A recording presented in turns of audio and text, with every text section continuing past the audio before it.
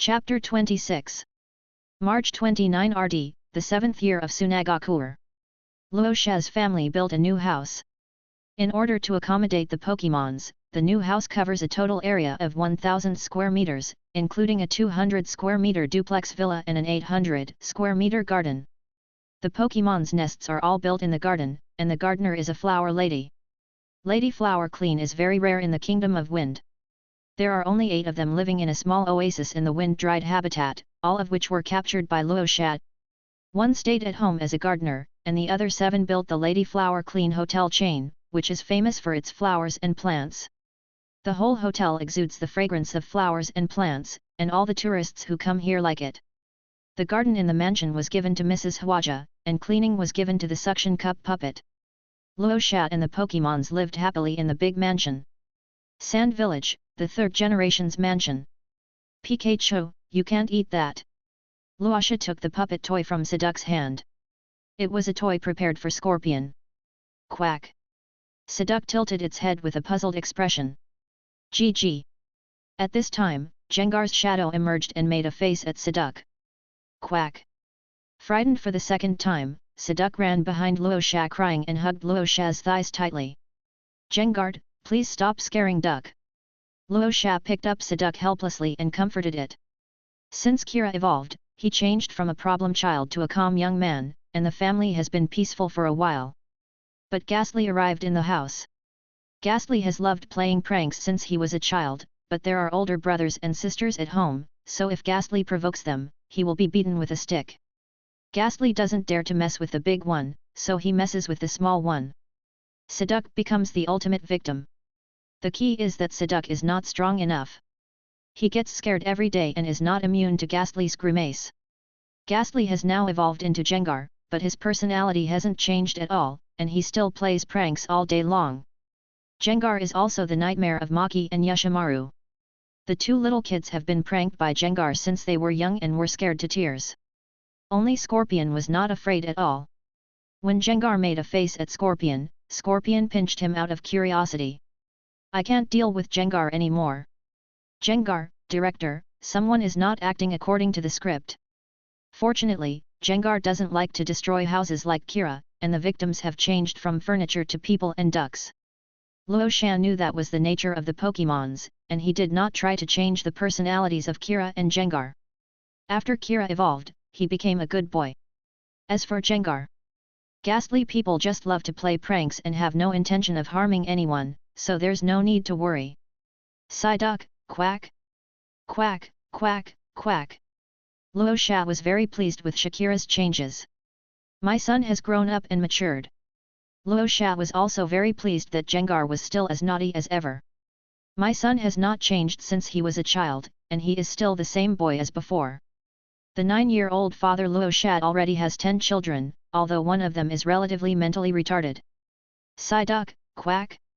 Luosha waited for Shagu to finish his work and came back, ready to discuss with Shagu about going to the Iron Kingdom. Luosha knew that the 2nd Ninja War was coming, so he had to prepare for the village in advance. Luosha was holding Seduc to comfort her when Gardevoir came out of the kitchen with a tray.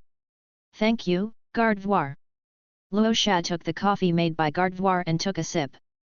Gardevoir picked up Seduc and put the milk into its mouth. Quack Pikachu drank the milk obediently, with a suspicious blush flashing across his face.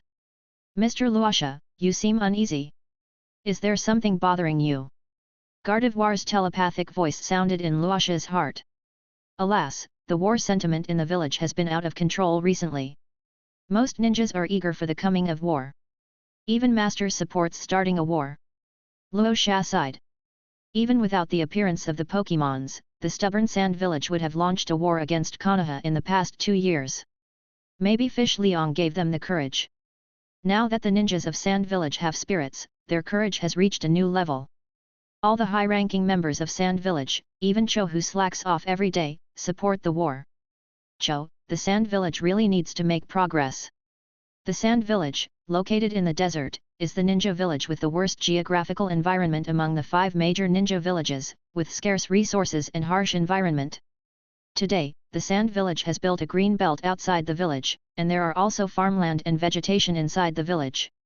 The Sand Village has become rich and powerful, and it is not impossible for it to surpass Konoha in the future, but the Sand Village still covets Konoha's land and resources. This is the influence of decades of inherent thinking. Everyone believes that Konoha owns the richest land. Luo Sha is not yet the Kazekage, and cannot suppress the surging war sentiment in the village, not to mention that the higher-ups are still pushing for the arrival of war. Luo Sha could only make plans early and try his best to help the Sand Village win the war. Luo Sha is preparing to go on a mission. He first goes to the Iron Kingdom to establish a Pokémon habitat in the Iron Kingdom and obtain forged Pokémon. The Kingdom of Wind has sufficient iron ore and blacksmiths to forge weapons, but they can only maintain daily use. Once a war is launched, the demand for weapons will soar. With forged Pokémon, the Sand Village can produce and use its own weapons, and will not be short of weapons in times of war. March 29 RD, the 7th year of Sunagakure. After handing over the affairs of the village, Luo Sha took Yakang, Karula and Suya and set off for the Iron Kingdom. Now they are on their way to the Iron Kingdom on camels. The Iron Country is a neutral country, and all the major ninja villages have maintained long-term cooperation with the Iron Country and purchased weapons produced by the Iron Country. There are no ninjas in the Iron Country, but it is guarded by a group of fighting groups called samurai. The Iron Country is located in the northern part of the Ninja Realm, bordering the Fire Country, the Water Trap Country, and the Field Country. Luo Sha and others need to pass through the Rain Country, the Bird Country, and the Water Trap Country to reach the Iron Country. As the four were traveling through the rainforest of the Bird Kingdom, they met an uninvited guest. "I planted this tree and built this road. If you want to pass through, you must leave your lives behind." A man with a body wrapped in grey cloth, long grey hair and wearing a black mask jumped out.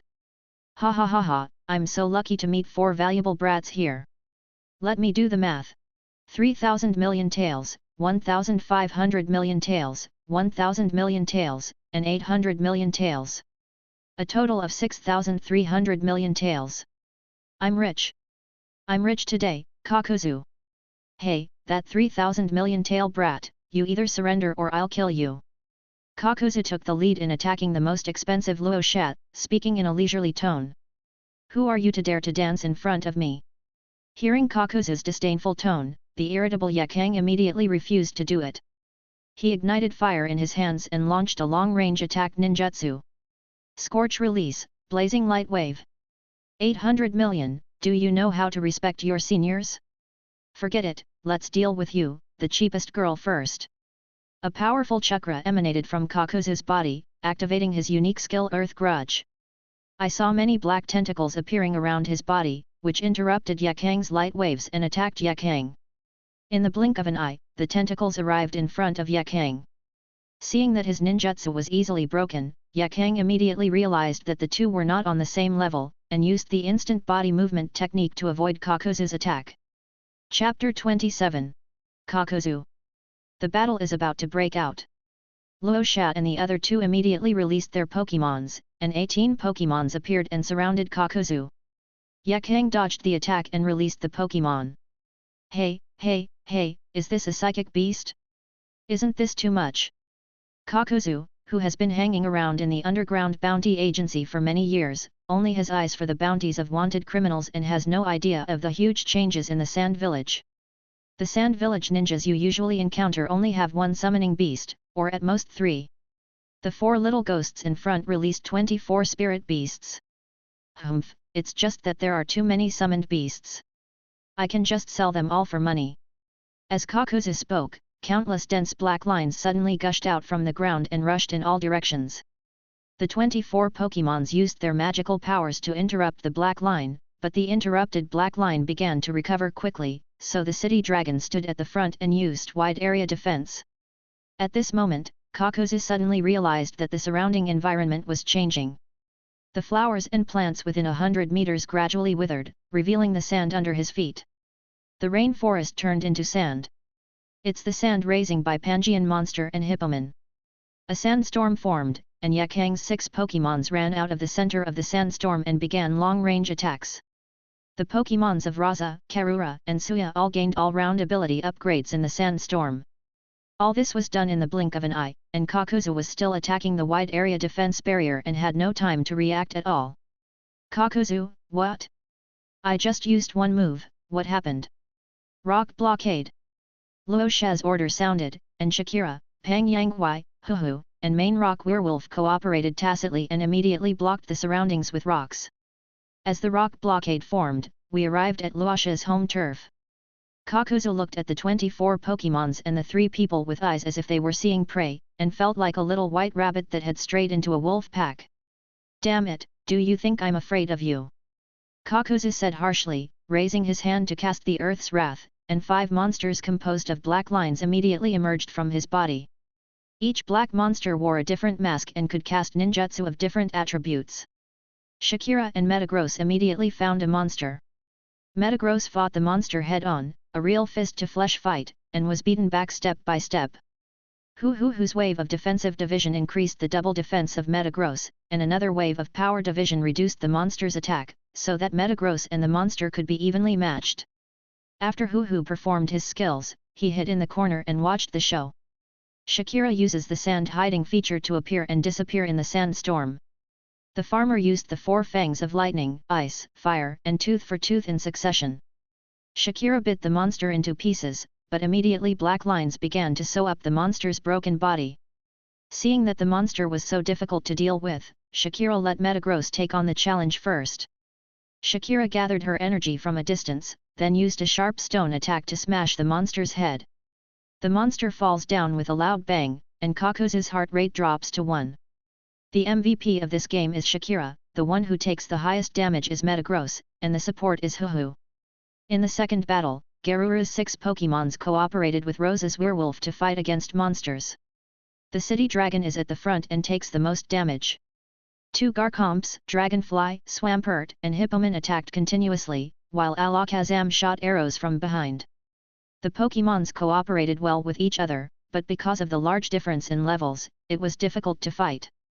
In the end, the werewolf with only a sliver of health left in it managed to beat the monster to almost a sliver of health by acting brute force and making a big fuss. While the monster had no time to recover, the wolf mane chopped off the monster's head with its sharp claws. The monster falls down with a loud bang, and Kakuzu's heart rate drops to 2. The main force in the third battle is Zonja and his Pokémons. Under the influence of Boscodora, Suya's Pokémons all developed reckless personalities, rushing forward without caring about anything. With Boscodora as the leader, Steelix, Magneton, Armored Bird, Slash Commander, and Nut Dumbbell take turns to fight. Monster, I can't beat you. I can't beat you at all. Finally, Suya found the opportunity and used the magnetic release, Red Iron Rays Non to smash the monster's head. The monster falls down with a loud bang, and Kakuzu's heart rate drops to 3. The fourth monster is composed of Luosha's giant rock monster, Dragon Head Mole and Yakang's 6 Pokémons. Yakang, who was regarded as the cheapest, was full of fighting desire and melted the monster with a Scorch release, Oversteam kill. The monster falls down with a loud bang, and Kakuzu's heart rate drops to 4. The fifth monster was naturally attacked by Carula and Rosa. Raising sand created a desert environment, so Luo Sha didn't need to release the gold sand in the space scroll at all. After obtaining the power of Tokiwa, Rosa's magnetic escape technique was upgraded. In the Pokémon world, the power of Evergreen is the ability to communicate with and heal spirits. It is a gift from the Evergreen Forest. The owner of the power of Evergreen is the darling of nature. The power of Evergreen can mobilize the energy of nature. With the power of Changpan combined with magnetic escape, the flying sand in the sky is all within Luosha's control, and Luosha can also extract gold from the ground without any consumption. The false main force of the Sandstorm team, Bangala. The real main force of the Sandstorm team, Luo Sha. Luo Wavukai Sha and Kakuzu fought back and forth for a long time, and finally the two of them tacitly released their ultimate moves to attack each other. Magnetic Escape Golden Burial. Wind Escape Press. Luo Sha and the monster both used their ultimate moves. A huge amount of gold sand and a wind ball condensed by high pressure collided in the air, and a huge vortex storm broke out. But the monsters also have another opponent, Karura. Seal of Sand. Carula, who was acting as a pendant throughout the whole process, took advantage of the confrontation between the two and used a sealing technique to temporarily subdue the monster. The wind ball exploded immediately, and the gold sand pressed down, burying the monster. 5 battles were carried out simultaneously and were over in just 5 minutes. Each of Kakuzu's clones had the combat power of an elite jonin, but were defeated one by the Sand Village group. If Kakuzu didn't use his clone, his real body would have the strength of a cage and the battle might have lasted longer. Kakuzu, who has always been the one to beat up others in a group, experienced the feeling of being beaten up in a group for the first time today. Luo Sha didn't kill him in the end, because he knew Yuan Yu's situation very well. If the fifth heart was also broken, Kakuzu would really die. This is the future financial manager of Akatsuki, and now he is still a wandering ninja. How could Rasa bear to kill him? As the saying goes, we are not afraid of having needs, we are afraid of having no needs. Kakuzu loves money and knows how to make money. Luosha needs a strong and profitable person to expand the market. Now, not only can the Pokémon business not enter the other 4 major countries, but it can't even enter the small countries. A powerful dragon cannot defeat a local snake, and the nobles of those small countries strongly opposed the influx of Pokémons into their countries, because the arrival of Pokémons would make the common people powerful, which would be detrimental to their rule. In the Land of Wind, even with the guarantee of the Sand Village, the daimyo still imposed many restrictions on the development of the Pokémon business. Luo Sha couldn't do anything, and Shagu wouldn't allow Luo Sha to do anything out of line.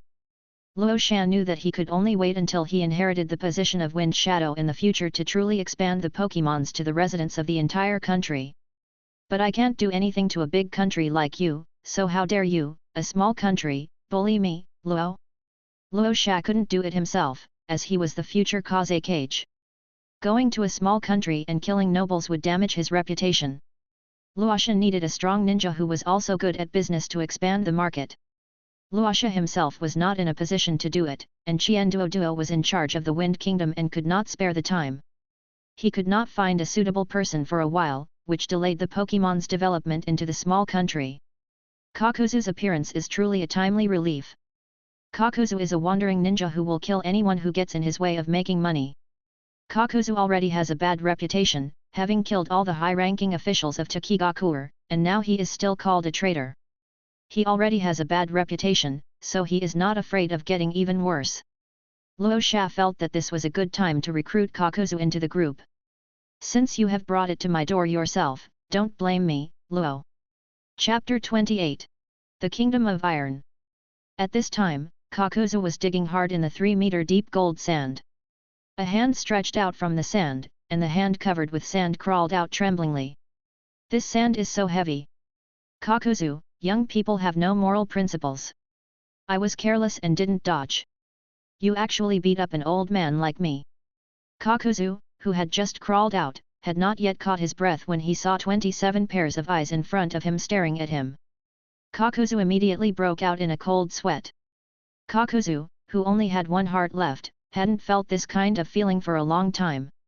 The last time he failed was in the battle with Senjo Hashirama, who threw a shuriken from 800 miles away and ran away, so he didn't feel scared at all. Now Kakuzu is not only feeling fear, but also despair. Why are young people nowadays so terrible? I want to go home. Save me, someone save me. With only one heart left, Kakuzu made a bitter face, and pulled the corners of his mouth into a flattering smile. The adults of the Sand Village, I can give you 2,000 million taels, or can you please spare me?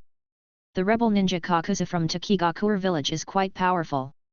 Luo Sha remained motionless and continued to stare at Kakuzu. 2,000 million taels, who are you looking down on? 4,000 million taels. Kakuzu asked tentatively, but when he saw that Luo Sha was still unmoved, he immediately became angry. 8,000 million taels, it really can't be any more. If you still don't agree, just kill me. Jiaodu is a person who values money more than life.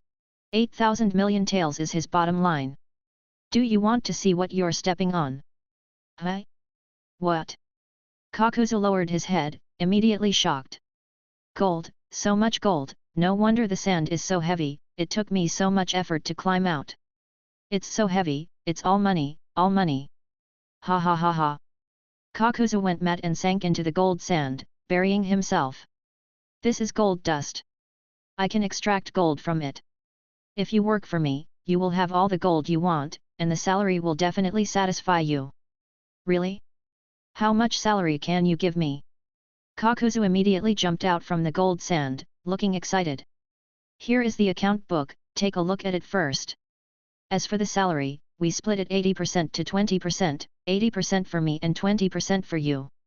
I will also be responsible for the products and transportation, I just need you to sell the products to the small countries. Luo Sha said as he took out the account book from the space scroll. Kakuzu took it immediately and skillfully opened the account book to quickly check it. It's too much, it's really too much. Kakuzu became more and more excited as he looked at it, and an unnatural blush appeared on his face.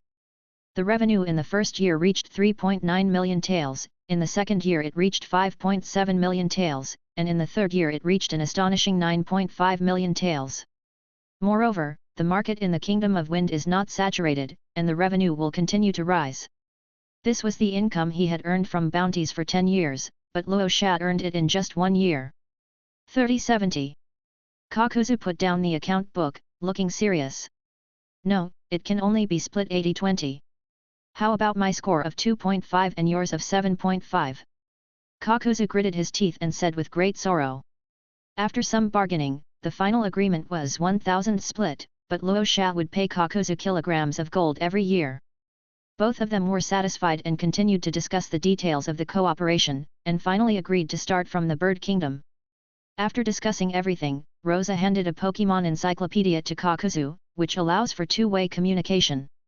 Seeing that everything was resolved, when Luo Sha was about to leave, Kakuzu took out a space scroll to stop Luo Sha, and pleaded with Luo Sha to put all the gold sand on the ground into it. Luo Sha waved his hand, and gold sand flew into the scroll continuously until the scroll was full. Kakuzu held the scroll filled with gold dust with an excited look on his face, and took out 5 space scrolls. Luo Sha. In the end, Kakuzu happily left with the 6 scrolls in his arms and walked away with light steps. By the way, he told Rasa a good news that the Jinchuriki of Takigakure was in a very bad condition. Takigakure is the only small ninja village that has tailed beasts. It is quite powerful. The 7-tailed beast is in the hands of Takigakure. Luo Sha was naturally moved. Chongming has more chakra than Shikaku and his personality is more stable than Shikaku. Rasa himself did not have any urgent need for the tailed beasts. Rasa was preparing to practice fairy arts, so it didn't matter how much chakra he had, as long as it was enough. But if Suya wants to drive a Gundam, he needs chakra. His mind raced, and Rasa took out the illustrated guide to send a message to Sako. He also made an appointment with Kakuzu to go to Takigakure to retrieve the tailed beast. Rasa was too lazy to argue with Kakuzu, so he directly promised to give Kakuzu 1,000 kilograms of gold as a reward, and Kakuzu readily agreed. Luo Sha and his group continued their journey towards the Iron Kingdom. The journey was smooth and they successfully arrived at the Iron Kingdom after 3 days. Rasa first visited the samurai leader Mr. Mifune and ordered a large amount of military supplies from the Iron Kingdom. Luo Sha did not mention the Pokémons because the samurai were too conservative and they were unwilling to accept the existence of ninjas. It was very difficult to convince them. At midnight, Luo Sha directly placed 2 blue habitats and 5 green habitats in the Iron Kingdom. Nearly 5 Pokémons appeared in the Iron Kingdom overnight. The blue habitats are named Taikin Habitat and Taikan Habitat, and the green habitats are named Taii to Tiu. Most of the Pokémon in the Iron Kingdom are fighting, bug, and steel types. The fighting type includes Infernape, Strong, Hercules, Dewman, Parasol, Builder, and Giant Forge. The steel-type Pokémons include Foritos, Claws, Armorbird, Maba, Shield Blade, and Slash Commander. There are even more insect-type Pokémon, such as Butterfree, Beedrill, Parasite, and Mormoth, all over the mountains. The strongest creature in Taikin's habitat is a LV-60 Shield Sword monster, and the strongest creature in Taikin's habitat is a LV-59 monster of strength. Luo Sha was envious of the new Pokémons in the habitat, as the variety of Pokémons exceeded Luo Sha's expectations. The construction craftsman family can join the construction industry, the giant forge master and the super strong family can join the blacksmith industry, and the Parasaurolophus and Parsuteter can go to the sand village to grow mushrooms. Luo Sha uses the power of Changpan to communicate with the Pokémons, and together with the Pokémon Cube, he guides the Pokémons to the sand village. Wild Pokémons usually eat tree fruits. How could they have ever eaten something as delicious as Pokémon cubes? With the power of evergreen and delicious food, the weird Uncle Rosa successfully lured innocent Pokémon into the Poke Ball. Let us congratulate the above 135 Pokémons for being included in the Sand Village. The strongest monster with strong strength and strong shield sword, Rosa, has not been conquered. The Iron Kingdom is not as good as the Wind Kingdom. The warriors of the Iron Kingdom may conflict with the Pokémons. As the strongest in the habitat, they can protect the Pokémons in the habitat. The emergence of the Pokémons is bound to bring an impact to the Iron Kingdom. Only after the warriors of the Iron Kingdom recognize the existence of the Pokémons, can Luoxia start negotiations with the warriors collectively. Chief Mifune is a man with a long-term vision. There is a conflict between the samurai profession and the ninja profession, but there is no conflict between samurai and trainer. With the help of Pokémons, the strength of the samurai can be enhanced. It is almost a certainty that the Iron Kingdom will accept the Pokémons, and all Luoxia has to do is wait. The four of them started their journey back, but Shijiki Nanao of Takigakure Village was still waiting to be received by Sand Village. As for stealing the tailed beasts from other ninja villages? Nonsense, is that robbery? How can a ninja's business be called robbery? That was originally the tailed beast of the Sand Village, but the first generation temporarily gave it to the Takigakure Village for safekeeping. Now the Sand Village is going to take it back. Chapter 29, Yaya is the group's favorite. After Luoxia returned to the Sand Village, he arranged the Pokémons to their respective positions. Parasoma and Parsutter entered the agricultural class under the administrative department, and Colossal Blacksmith and Super Strength entered the newly established forging class of the Pokémon department. In addition, a third village construction company, Laojiang Construction Company, was established. A green belt has been built outside the Sand Village, and with the help of the spirits with the Yangsha personality that can control the direction of the Sand Village is no longer troubled by wind and sand. The villagers' houses have been transformed from tube buildings into courtyards. However, there were not enough talents in the construction of Sand Village, so they could only renovate slowly. The Luoxia family was the first to complete the renovation, and the others were still looking forward to it. After the establishment of the Laojiang Construction Company, orders exploded. After all, every ninja wanted to live in a big mansion as soon as possible. March 29 RD, the 7th year of Sunagakure. Sand Village, Kazekage Building. Master, is there any specific news about Takigakure Village? Rasa entered the Kazekage's office holding Saduk. Well, the Umbu received news this morning that the Jinchuriki of Takigakure is too old, and he may not live long. Takigakure is preparing to transfer the tailed beast to a new Jinchuriki. There are two candidates for the new Jinchuriki of Takigakure, one is the Jonin, and the other is a 2-year-old baby named Fu. Rasa, this is indeed a good time for us to take action. Shagu took the Saduk and started stroking it. Quack Saduk rubbed happily in Shagu's arms, took the snacks handed to him and started to nibble on them. The Sand Village, the real group favorite, Yaya is happy again. The flame chicken standing by looked at Saduk's disappointing appearance, snorted proudly, and closed his eyes to take a nap. Shagu also handed the snack to the flame chicken, and the flame chicken raised his eyelids and took it.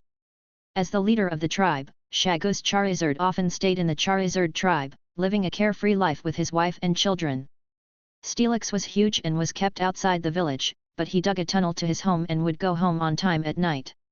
Only Flame Chicken, although he looked cool and handsome, was a clingy and arrogant person, and always stayed by Shagu's side. Who is the village going to send? Although Takigakure Village is not as good as the 5 major ninja villages, it is not weak either. Luoxia looked at Saduk's round belly and flicked it with his hand. Quack! Yaya turned her head and continued to eat snacks. As the captain of the sealing squad, Li Feng must go. The tailed beasts are of great importance, so Elder Cho, as a cage-level warrior, must go as well. However, Suya wanted to become the 7 Tails Jinchuriki, but Su wouldn't allow it, and the two had a big fight. Now the candidate for the 7 Tails Jinchuriki has not been decided yet. Shagu said as he stroked the duck. Suya has awakened the magnetic release, and it is a foregone conclusion that he will become a cage-level powerhouse in the future. It is normal for Suya to disagree. But master, as long as Suya becomes a Jinchuriki, he can cross the cage-level threshold in a short period of time. It is not impossible for him to surpass the cage level in the future with the help of magnetic release, red iron future. It was Rasa who suggested that Suya become the 7 Tails Jinchuriki. Suya listened to Rasa in everything and insisted on becoming a Jinchuriki. Last night, he made Suya so angry that he was sent to the hospital again.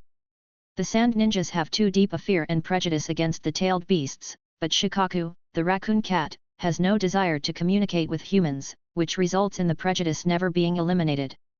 Su naturally has a prejudice against the tailed beasts, so he strongly opposes Suya from becoming a Jinchuriki.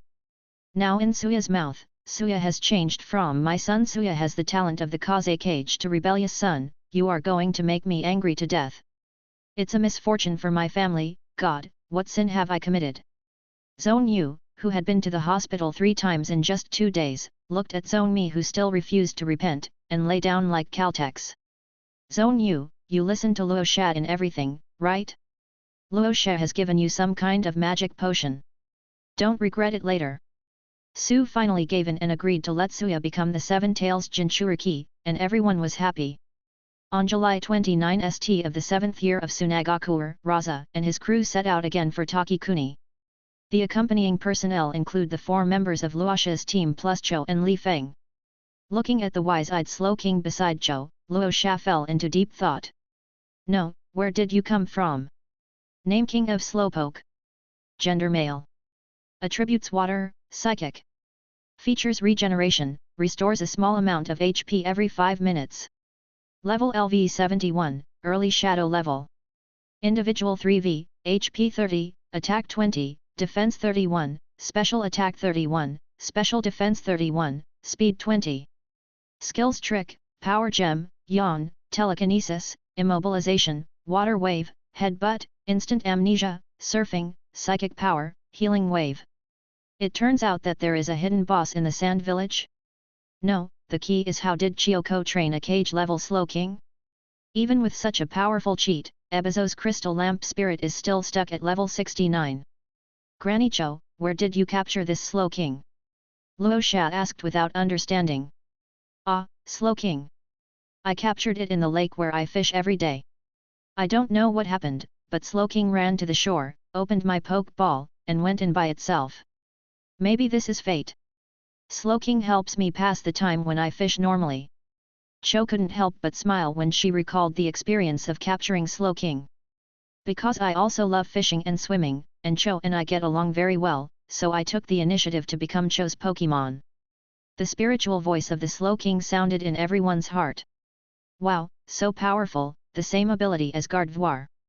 Yakang said in surprise. Slow King is also a psychic-type Pokémon. Only psychic-type Pokémon with extraordinary talents can learn telepathy. Slow King is still very powerful. Luo Shad explained. No, I'm just lucky. The Dai King said modestly. We are going to ride the Charizard to the border of the Wind Kingdom. Slow King, are you going to stay outside or go back to the Poke Ball? Luo Sha rode on the Charizard and looked at Slow King. I'd better stay outside. I want to protect Cho. You don't have to worry about me. I can just use my superpowers to float. A blue light flashed in Slow King's eyes, and the whole Pokémon floated up. A group of people were traveling through the desert riding camels and holding umbrellas. Huhu, give me 6 glasses of juice. Luo Sha released Huhu and put 6 orange fruits into Huhu's shell. Pot. 6 freshly made glasses of orange juice were delivered to everyone. Quacksaduk, who ran out of the Pokeball by itself, shouted and looked at Luosha eagerly. Luo Sha touched the duck's head lovingly and gave the orange juice to Saduk. Cho, who was standing by, was holding the orange juice with a shocked look on her face. Cho, a stay-at-home girl who slacked off every day and relied on her brother for everything, hadn't been to the commercial street for 3 years. This was the first time she saw such a novel way of squeezing juice. Luo Sha, is this Pokemon Huhu? Do you have any more? Can you give me one? Action speaks louder than words, Cho spoke decisively. It would be a nice thing to have a glass of juice while fishing in the future. King Dai, it turns out Cho loves drinking juice. I guess I have to learn how to squeeze juice. Chapter 30. Takigakure Village. Is the Takigakure Village behind this waterfall? Yakang asked in surprise. Takigakure Village, located in Taki no Kuni, is a hidden village hidden by a huge waterfall. Before the rise of Hanzo of the Salamander, Takigakure Village was the #1 small ninja village. The Takigakure village also has the hero's water passed down from generation to generation that can increase a ninja's chakra by dozens of times, but it has strong side effects and will accelerate the loss of vitality. Yes, because of its unique geographical location, Takigakure has never been attacked until now. It's just that Kakuzu slaughtered all the high-level officials of Takigakure 20 years ago, and Takigakure has not recovered yet. If it weren't for the existence of Nanabai, Takigakure would have lost its position as the #1 small ninja village long ago. Cho explained. After today, Takigakure village will really be inferior to Raingakure village. Suya said with a smile. The group put on masks and the black clothes with red clouds prepared by Luo Shat. On the back of the clothes, there was a red moon embroidered on it. Rosa-kun, this outfit is so cool! Karula exclaimed. I designed this myself. Remember, from now on we are not ninjas from the Sand Village. Our organization is called Akatsuki. Luo Shat, can you give me one too? King Dede said in a voice transmission. Here, for you. Luo Shat took out a set of clothes and gave it to King Dede. King Slow put on black clothes and a mask, and Slowpoke was born. I am now the Azure Dragon, Suya, you are the White Tiger, Karura is the Black Tortoise, Yakang is the Suzaku, Grandmacho is the North Star, Slow King, you are the South Star, and Uncle Lifeng is the Sora. After Luo Shat explained everything, the group crossed the waterfall and arrived at the outskirts of Takigakure village. Gengui, go and find out the exact location of the Seven Tails Jinchuriki first. Remember, don't have any ill will towards him. A group of people were hiding in the dense forest, and Luo Sha said to Shadow. He Gengui responded and left. An hour later, Jengar emerged from the shadows, took out a pen and paper from his mouth, and drew a detailed distribution of the Takigakure village, constantly pointing to several locations with his fat little hands. GG. This is the location of the Seven Tails Jinchuriki. GG. This is Yuya's location. GG. This is Fu's location. GG. This is where the leader of Takigakure village lives. Rasa acted as an interpreter and informed everyone of several important locations in Takigakure village. Hehe, I'm awesome, right? Awesome, you are worthy of being the smartest Jengar. Luo Sha tapped Jengar's forehead and praised. Wow, Jengar, you're so awesome. Yakang hugged Jengar's round body and praised. Gee. Jengar shyly hid in Luosha's shadow and wouldn't come out no matter how he called. When night falls, the Nanabi hunting operation is officially launched. Let's deal with the high-ranking officials of Takigakure first, and then go find the Seven Tails Jinchuriki. The tailed beast can sense malicious intent, and a battle is inevitable. Cho took the lead, took out poison gas to knock out the high-ranking officials of Takigakure who were still asleep, and then carried out the assassination. As for the patrolling ninjas, they were also knocked unconscious. The group did not take any extreme measures, only assassinating the top ninjas, and did not kill the other ninjas. Without the top leaders, Takigakure will be in chaos, and they will have no time to trouble Sunagakure afterwards. If Takigakure is restless, then they can hire Kakuzu to come and give Takigakure some humanistic care. I believe Kakuzu will be happy to serve. The nights in Takigakure village are usually quiet, but tonight it is especially quiet. When Luo Sha was dealing with the leader of Takigakure village, he found the Water of Heroes and put it into the space scroll. 1 hour later, after resolving the matter, everyone gathered at the residence of the Seven Tails Jinchuriki. Who? The Seven Tails Jinchuriki Yuming opened his eyes while sleeping. He felt several malicious attacks coming at him. Yuming stood up immediately, and at that moment Yuming's bed exploded, and the gold sand crushed the bed. It is magnetic escape, shattered glass. That was a close call. Before Yuming could recover from the shock, he realized that he was completely surrounded. 6 people and a hippopotamus walked in. Cho used the barrier ninjutsu barrier, Lion's Roar, to isolate the entire house from the outside world. No matter how loud the noise was here, as long as the barrier was not broken, no sound could be heard. 9 Tails Jinchuriki, just surrender. Cho, who was walking in the lead, spoke slowly, not taking Yuming seriously at all. Insanity. Yuming was angered by Cho's words, and the chakra aura around his body became more intense in an instant. The phantom of Nanao Shijiki was looming behind him, emitting a terrifying chakra pressure. Secret technique, the technique of scale pink hiding. Yu Ming spat out countless scale powders from his mouth and attacked the 6 people. Puppet technique machine light shield. The Chikamatsu Ten formed a huge shield, blocking Yu Ming's attack and rebounding it.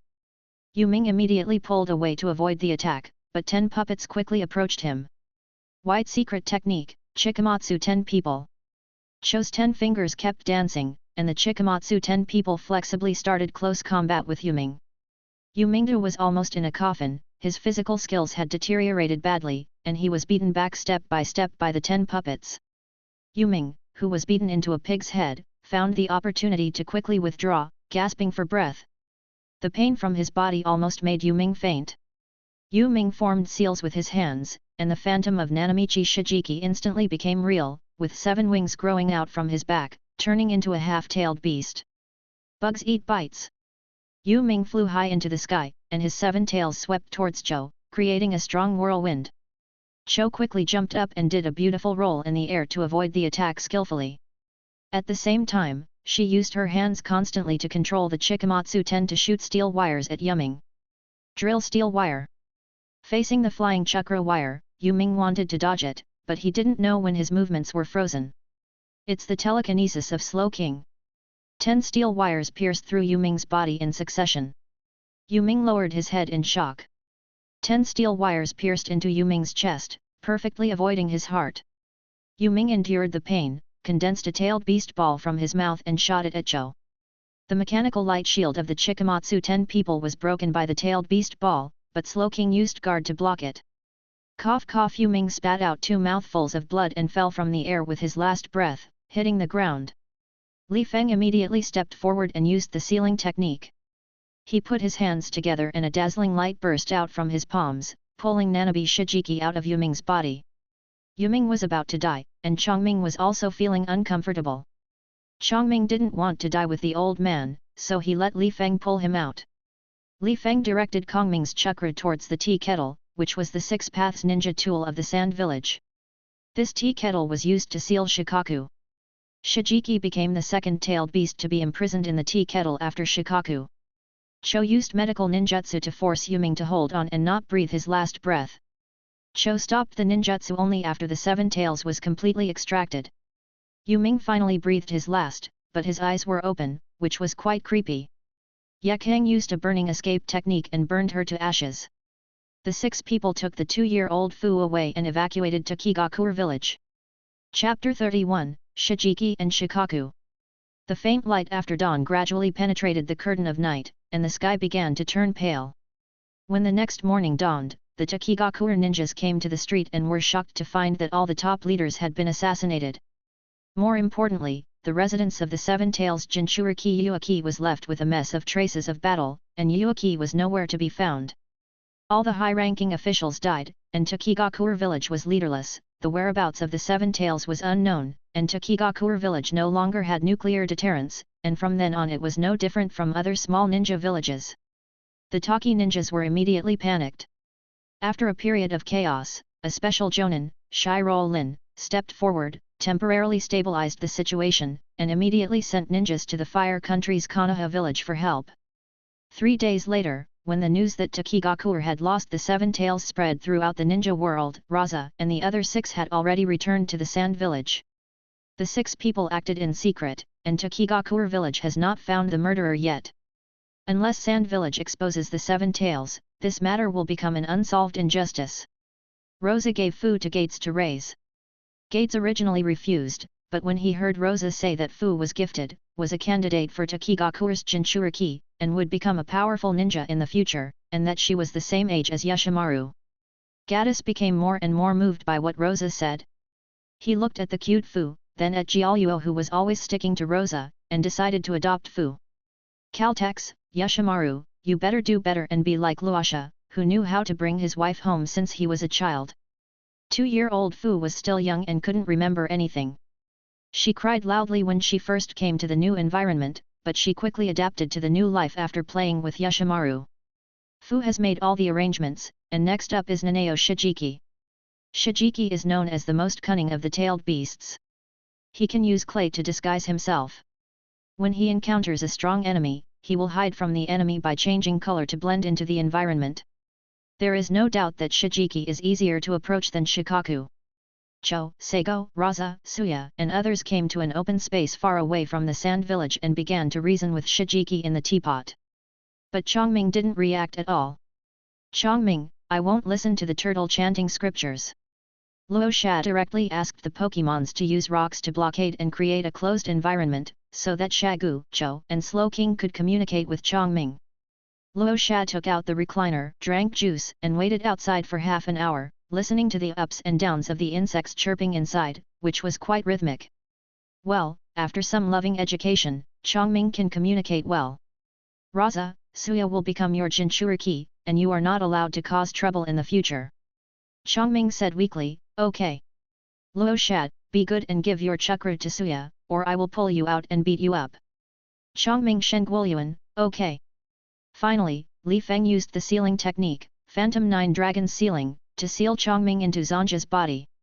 Chongming did not resist at all, and everything went unexpectedly smoothly. Chongming, who understands, my family? In Takigakure, I am the boss, but in Sand Village, I become a sandbag and a power bank. The key is that I can't beat them. They are too bullying. As soon as Suya became the Seven Tails Jinchuriki, his chakra amount skyrocketed, and with the help of magnetic release, red iron, his strength directly reached the level of an elite Jonin, on the same level as Rasa. Well, it is possible that he is stronger than Rosa, but Suya is a die-hard fan of Rosa, so he would never dare to fight with Rosa. It is easy to deal with the smart Chongming, but it is difficult to deal with the stupid Shikaku. The group thought that since they were already here, they might as well go find Shikaku. Fenfuku lived in a semi-enclosed valley, and the original environment was deep and dark, like a cage. Until 3 years ago, after a long talk, Luosha and Shagu came to Fenfuku, improved Fenfuku's living environment, and had a pleasant exchange with Shikaku. Shagu discovered that Shikaku was indeed an intelligent creature as Rasa said. It could communicate like Pokémons and could be used by the Sand Village. Seigyu started to talk to Shikaku from time to time, but even though Shikaku's body was loose, his mouth was still stiff and he kept mocking Seigyu. Seigyu got angry because of the ridicule, and he looked for Shikaku to talk more and more frequently. Rasa was shocked to see Shikaku being beaten to a pulp but still mocking him. Oh my god! A ball of chakras started speaking. Later, Shagu came to care for Shikaku from time to time. After caring for a whole year, Shikaku still looked like he deserved a beating, so Shagu was too lazy to pay attention to Shikaku. Because Shagu's hands were cramped from fighting. Shikaku, Wo Yu, they finally left. It hurts me so much.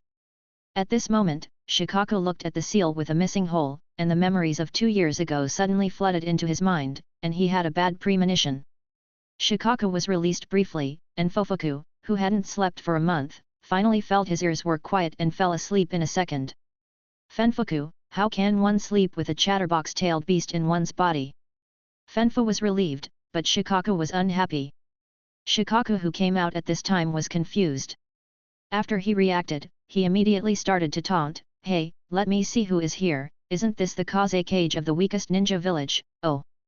Before Shikaku could finish his words, iron sand shot out from the ground and pierced Shikaku's mouth. Shikaku, director, someone is not acting according to the script. He started attacking me before I even finished my words. He showed no moral integrity by sneak attacking a 1000-year-old baby like me. Ah.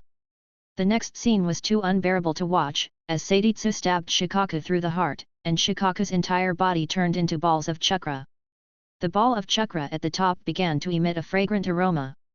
Zonya and the others looked at the scene in front of them and swallowed hard in fear. Especially Chongming and Zhongmai's body was trembling. Only then did Chongming realize how gentle Shagu had been to it just now. Shijiki, Lord Kazekage, you are a good person. I will definitely serve the Sand Village well in the future. Luo Sha was not surprised by this, until 30 minutes later, when Shagu stuffed Shikaku back into Fubuka's body, stabilized the seal again, clapped his hands, and left with everyone. Shagu felt that he hadn't cared about Shikaku for a long time. It felt so good.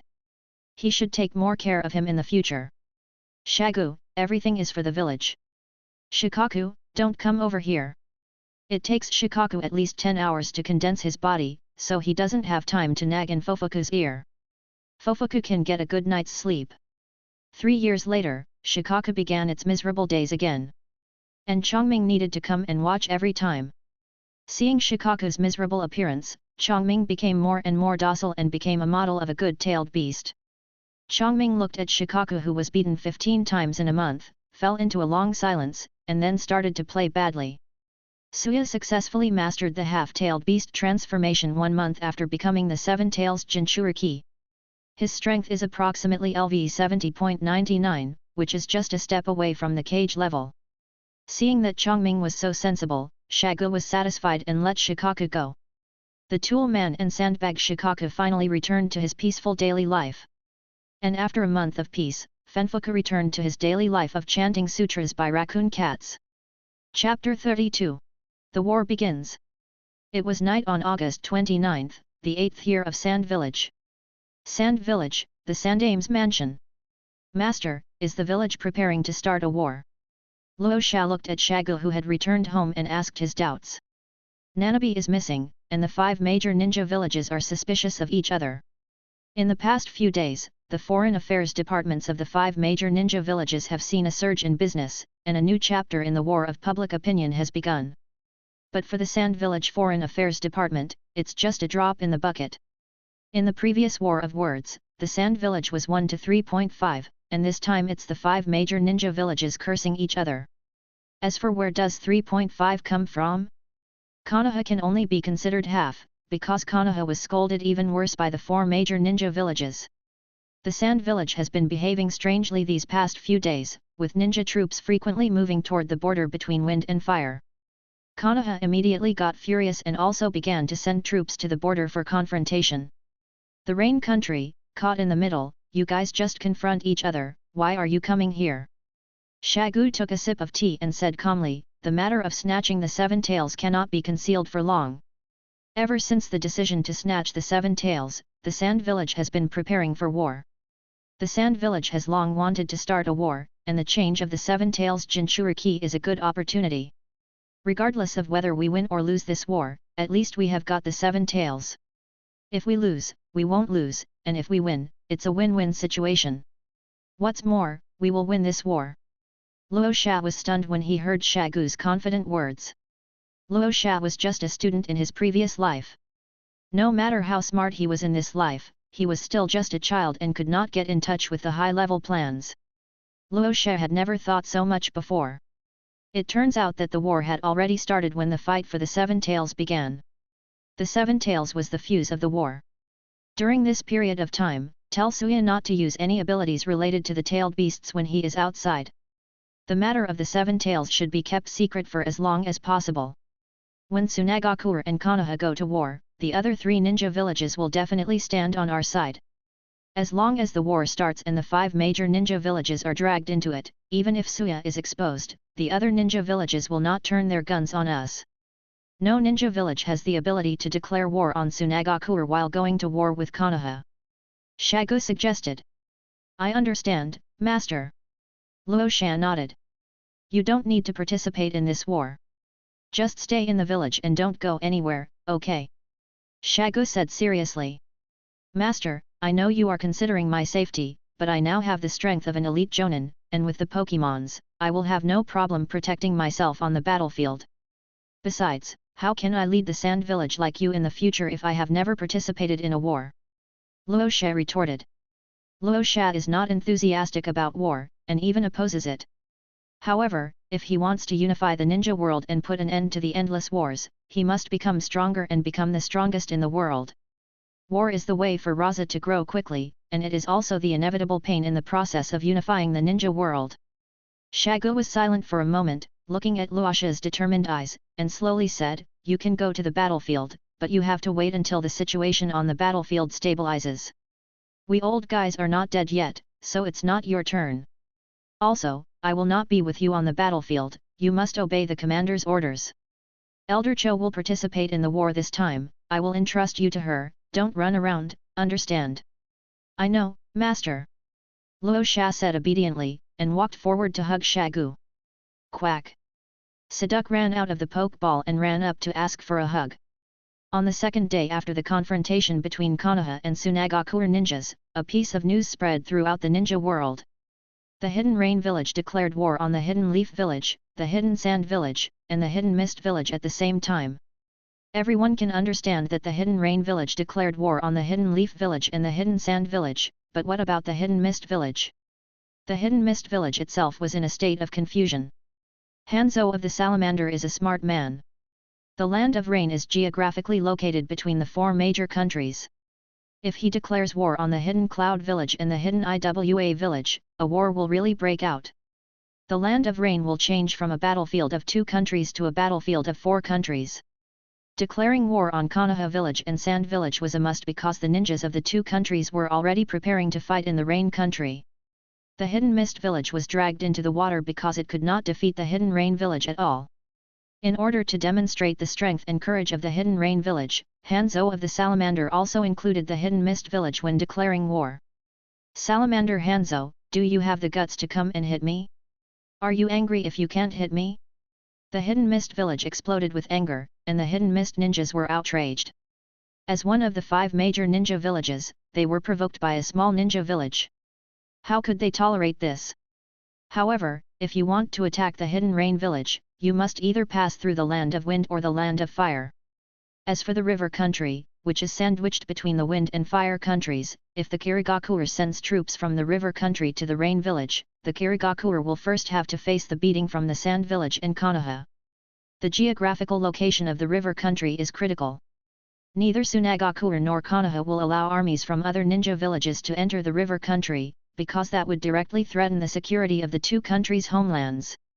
Kirigakure looked around and realized that they really had no way to deal with the Hidden Rain Village, so they could only ask the Ministry of Foreign Affairs to start a war.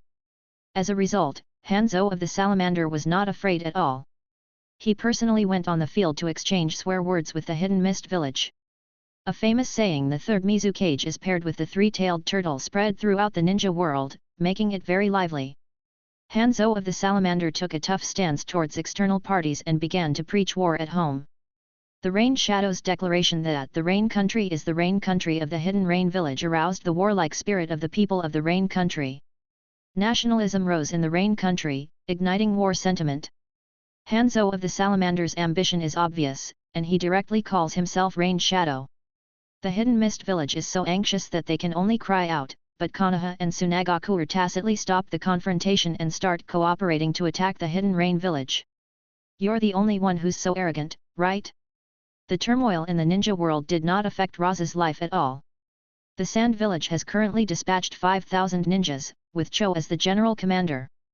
Cho, who was slacking off, was forced to work, and she rarely showed any enthusiasm for work. Cho, in future historical records, it should be me, Cho, who was the architect of victory in the Second Ninja War, and I also contributed to the rise of Sunagakure. Cho doesn't care about power or money, but only about reputation.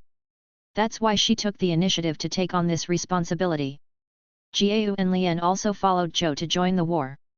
Luasha suddenly had an idea and persuaded Shagu to send the Steelix troops to the battlefield, commanded exclusively by Jiao and Lien. The Steelix troops come from the Onyx tribe in the Fengqian habitat, with a total of 30. The leader of the troops is Shagu's cage-level Steelix, which is the top force of the Sand Village. If Jiao and Lien could still be hacked to death by Heitake Sakumo, then there would be nothing Luasha could do. Luasha couldn't always keep an eye on the 2 of them on the battlefield.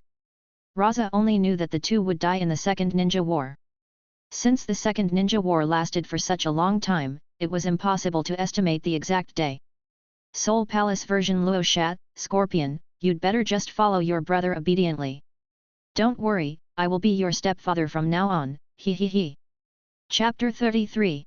Young Scorpion, War begins. The 2-year-old Scorpion is soft and tender, and his intelligence is far beyond his peers, and his peers are the silly boy Yoshimaru. When the 2 are compared, Yoshimaru is completely defeated. Every time Gadex looked at Scorpion and then at his son, he was puzzled. How could the gap be so big? The education of children must start from an early age. Following Luosha's suggestion, Jiayu captured 2 Scorpio kings and a Scorpio baby from Fenkin's habitat, and the Scorpio baby became Scorpio's playmate. Cho went to the front line and Jiayu and Lien followed Cho, and Scorpion was entrusted to Ebizo. However, Ebizo was busy all day and had no time to take care of Scorpion, so he entrusted Scorpion to Rasa. Ebizo would never have thought that because of his action, Scorpion would become Rasa's since childhood. Scorpio spent the whole day making puppet models, and Scorpio sat obediently on the side, watching with his big round eyes. When Scorpio finished a model, Scorpio stretched out his pincers and clapped. "It's really so easy.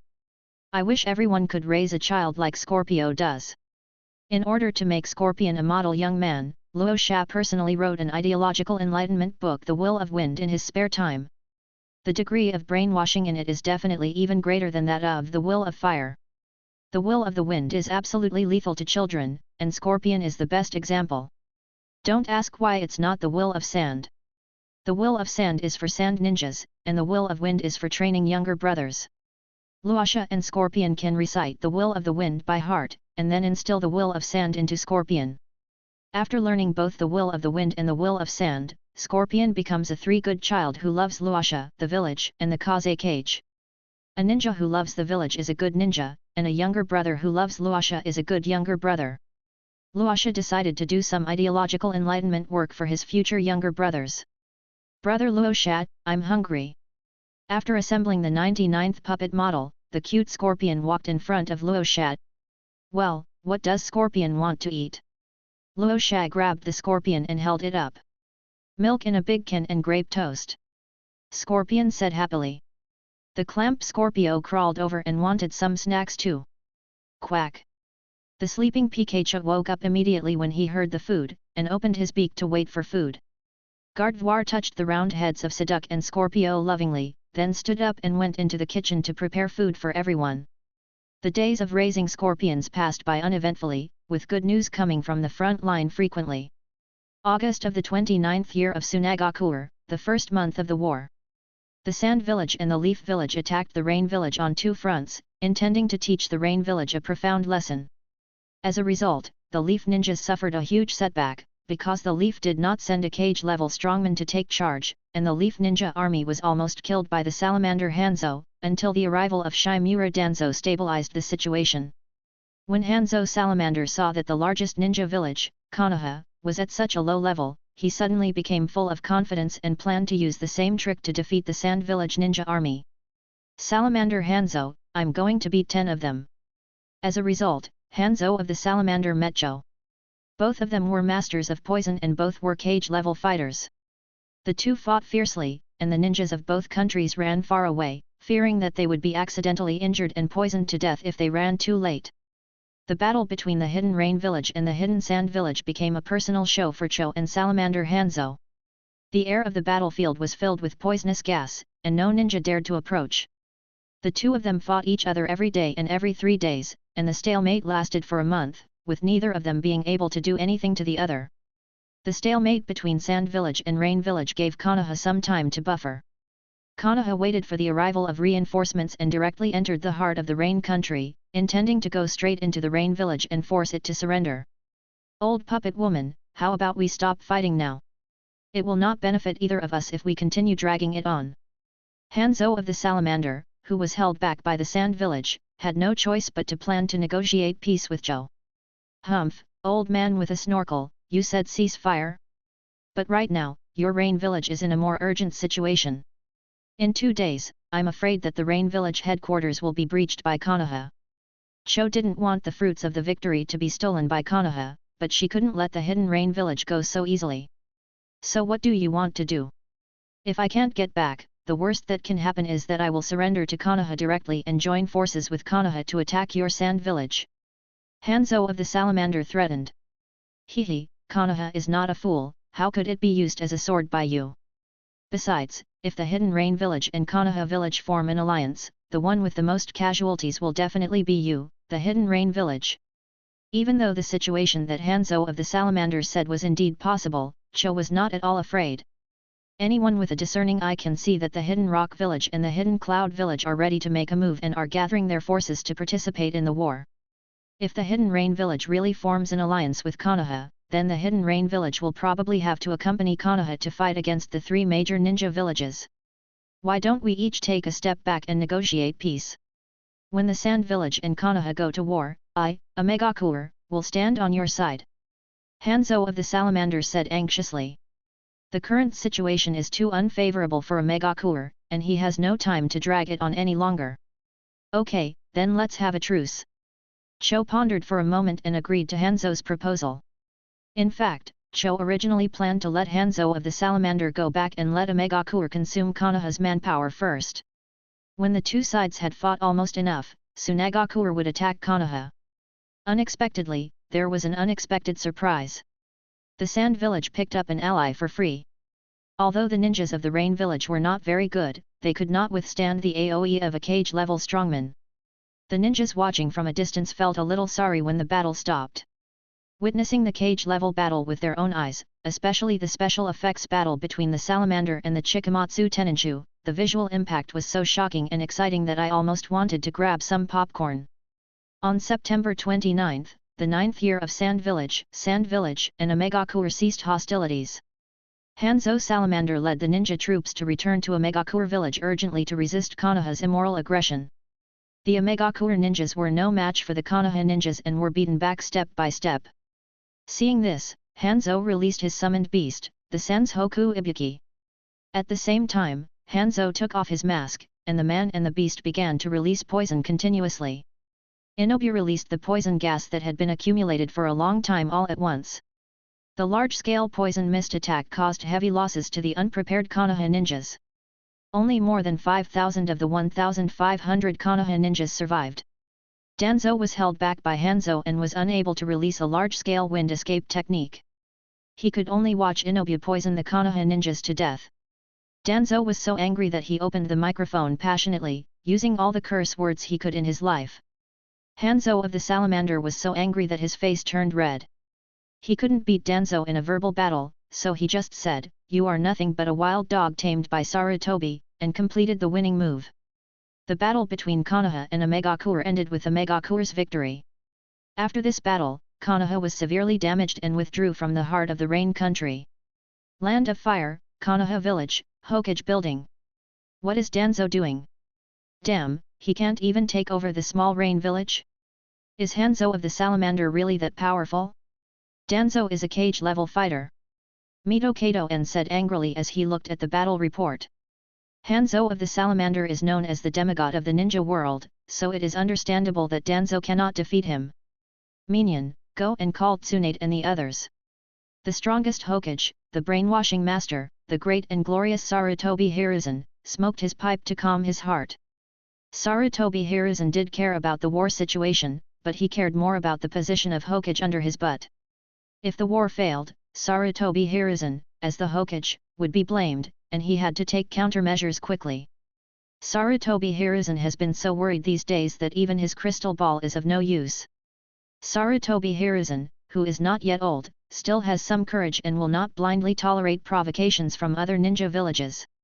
This war must be won at all costs. Konoha sent out 1 ninjas, and most of the Senju clan members were also on the list of participants, including Tsunade and Noeke.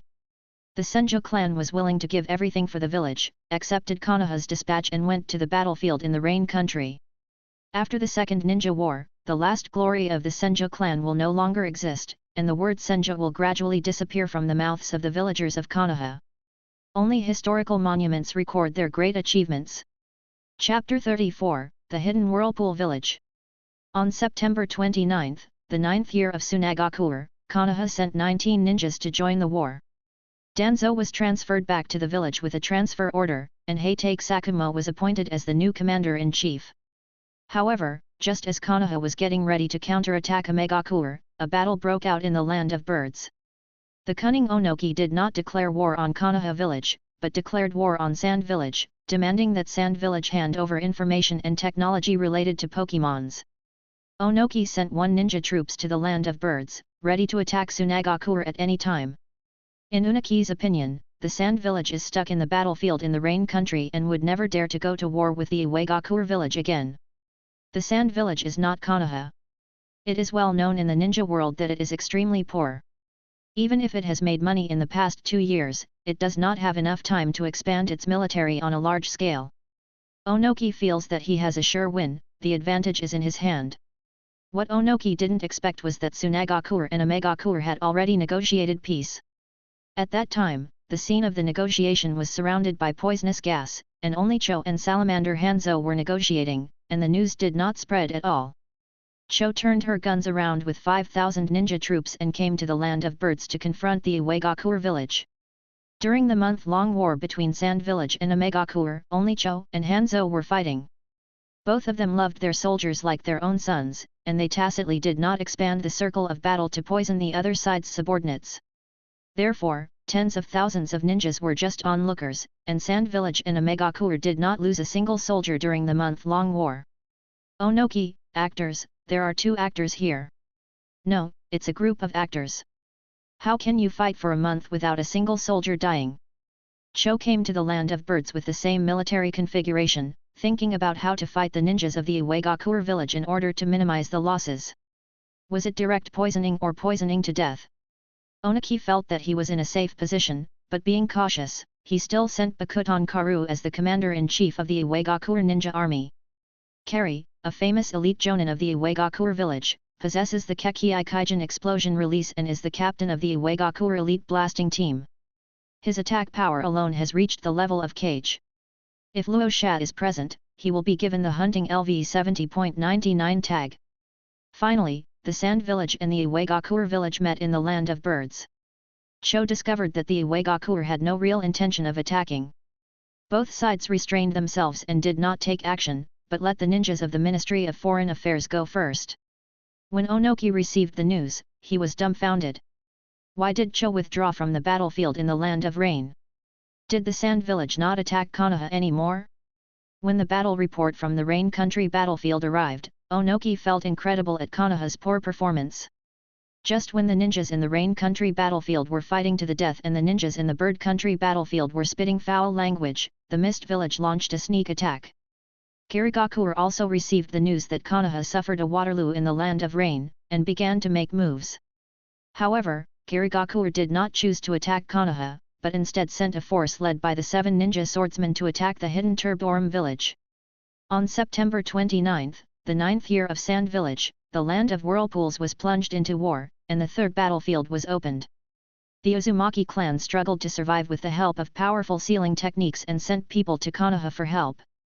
After receiving the news from the Land of Whirlpools, the 3 major ninja villages of Sand Village, Uegakure and Kumagakure began to condemn the unjust behavior of the Mist Village together, and at the same time urgently sent troops to the Whirlpool village.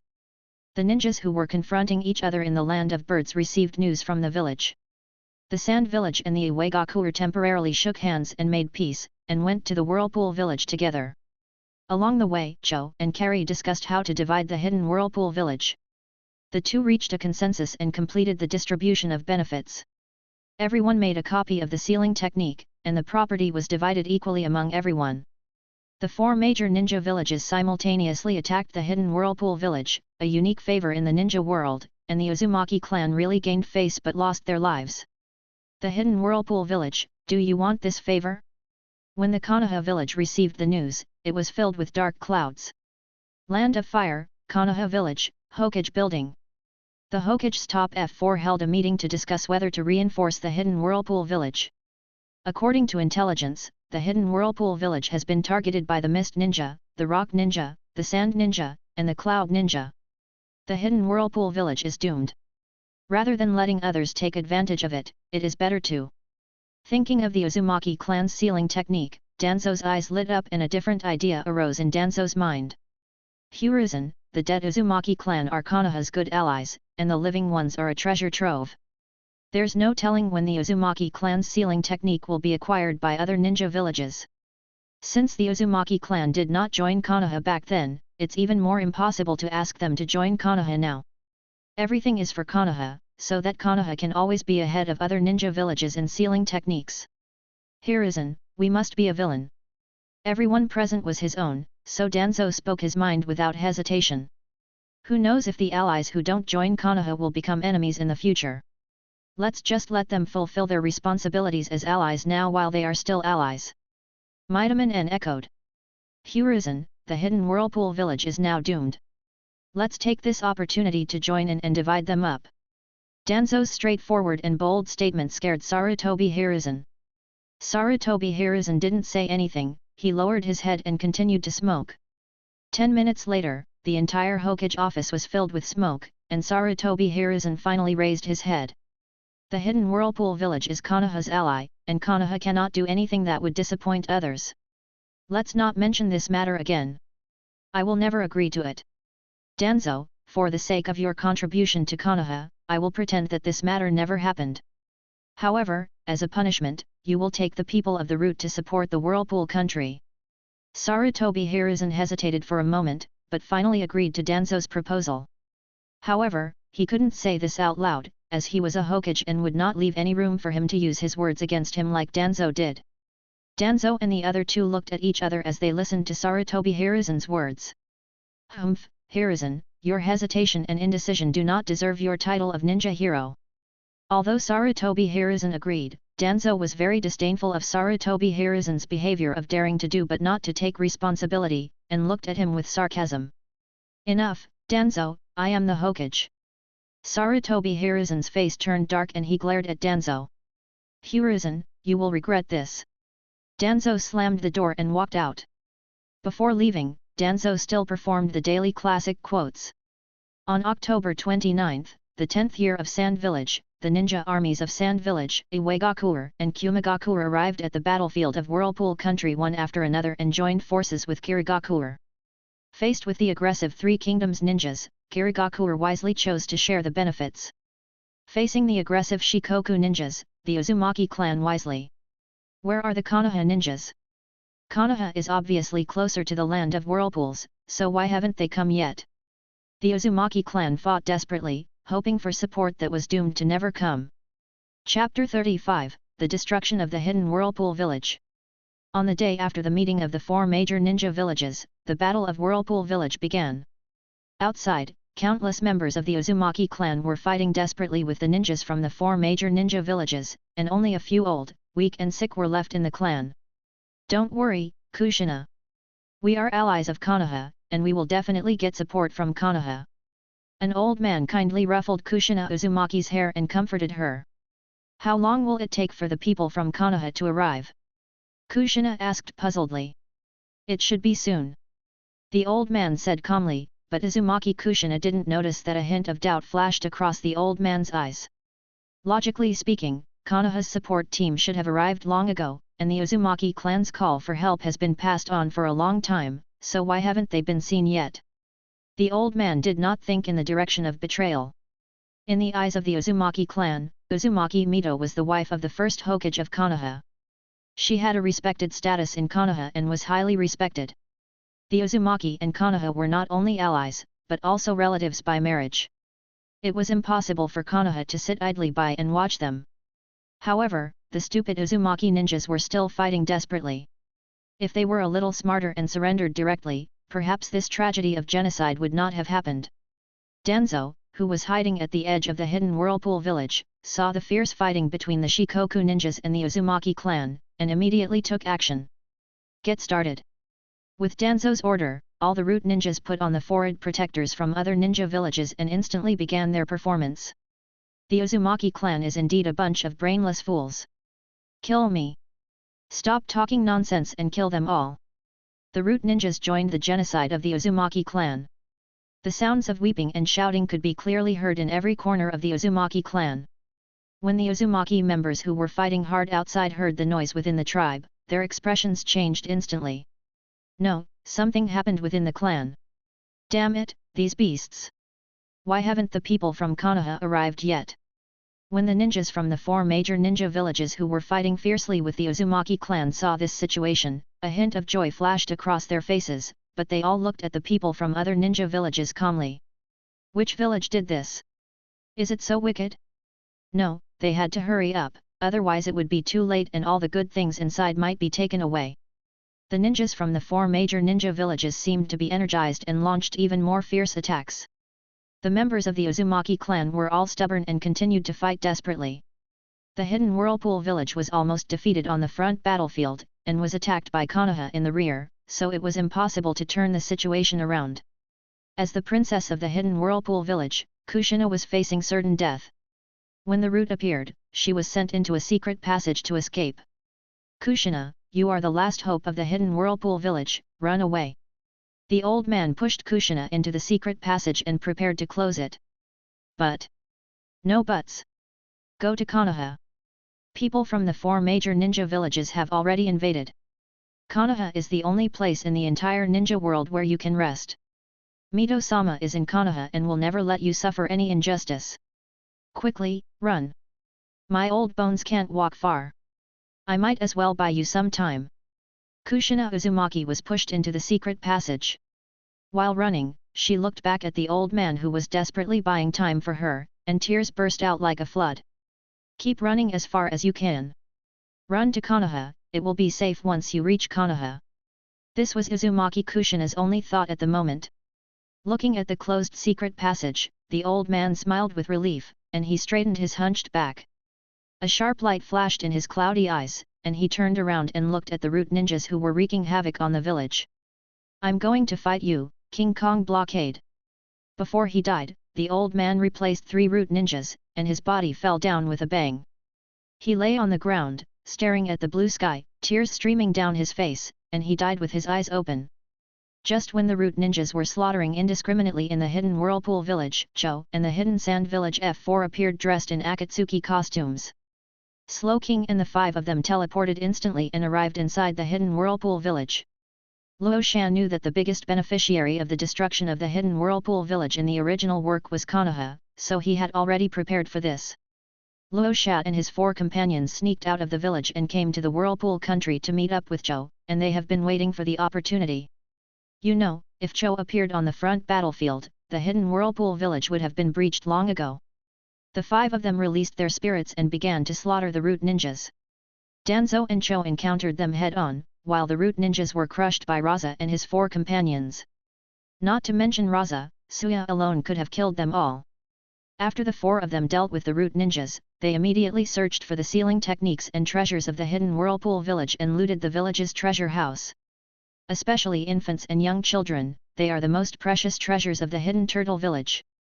When the sun sets, the ground is stained with blood and the sounds of fighting end. After the looting, Luosha and his 4 companions come to Cho, and Slow King teleports away from the hidden whirlpool village. Danzo looked at the 5 people who were leaving, knowing that it would be too late if they didn't leave now, so he also evacuated urgently. Danzo naturally recognized Cho, her puppetry was too obvious. The victory of this battle was stolen, and the root suffered heavy losses. Danzo wanted to destroy the sand village at this time. But he was a ninja from Konoha, so he couldn't say it openly. If other ninja villages knew that Konoha didn't support the hidden whirlpool village, but came to steal the sealing technique, Konoha would be condemned by thousands of people. At this moment, Danzo was like a mute eating bitter herbs, unable to express his pain. After Cho, Rasa and the other 3 left the hidden whirlpool village, they immediately separated. Rasa and his 3 companions happily returned to the sand village with 17 children under the age of 3 and many sealing techniques, while Cho returned to the ninja army without anyone noticing. Seeing Cho coming back, Lien, who used the transformation technique to impersonate Cho, breathed a sigh of relief. The armies of the 4 major ninja villages entered the hidden whirlpool village and saw corpses all over the ground and an empty treasure house. What was even more puzzling was that some of the corpses were wearing the ninja forehead guards of the 4 ninja villages. No, why is there no forehead protector for Konoha ninja? After some reasoning by the famous detective, all the accusations were directed at Konoha. Good man, I didn't expect that you, Konoha, are more shameless than us. The 4 major ninja villages united as one to condemn Konoha's immoral behavior of stealing homes. The Konoha Ministry of Foreign Affairs was once again besieged by the 4 major ninja villages. This matter is of no trivial matter. Konoha has directly robbed 4 ninja villages of important spoils. If it does not give an explanation, it will really be besieged. Sarutobi Hiruzen looked at the useless Danzo and felt a splitting headache. He didn't even have the mood to smoke. Konoha lost both the lady and the troops in this operation.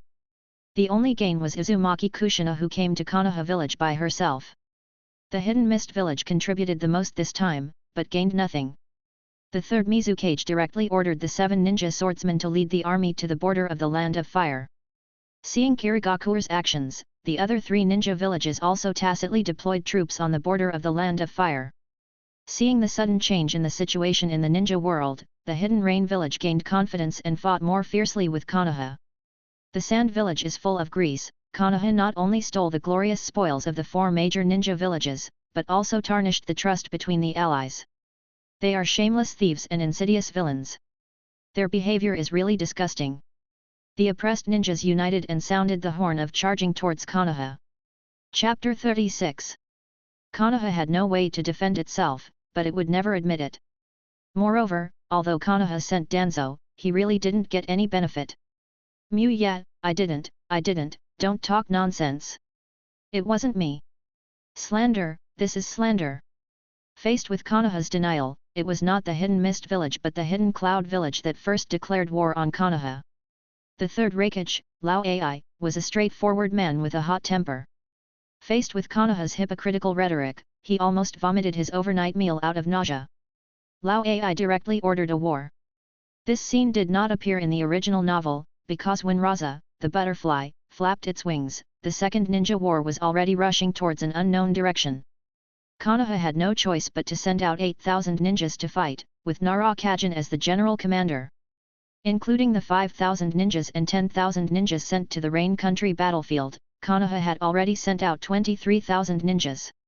At this time, Sarutobi Hiruzen not only had to face the relentless pressure from other ninja villages, but also had another trouble waiting for him to solve. Uzumaki Mito really wanted to save the Hidden Whirlpool village, but Konoha was in a state of war, and coupled with the defeat on the front line, Uzumaki Mito did not negotiate with Sarutobi Hiruzen to ask Konoha to send troops to provide assistance. It is true that Uzumaki Mito is more inclined towards Konoha at this time, but Uzumaki Mito really did not expect that Konoha not only did not help, but was also the executioner. After Uzumaki Mito got the news, he went directly to the Hokage building to visit. In the Hokage's office, Uzumaki Mito sat on a wooden chair, her eyes as calm as the abyss, her fingers gently stroked the wood grain of the table, as if looking for some rhythm, every touch carried a heavy thought. Monkey, I know that Konoha is in a precarious situation now, so I did not force you to send troops to aid the hidden Uzumaki village.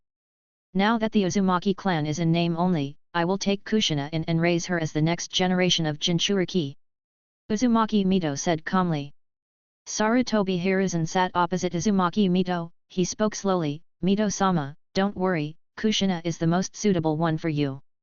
Her talent and potential are enough to become the best candidate for the next generation of Jinchuriki.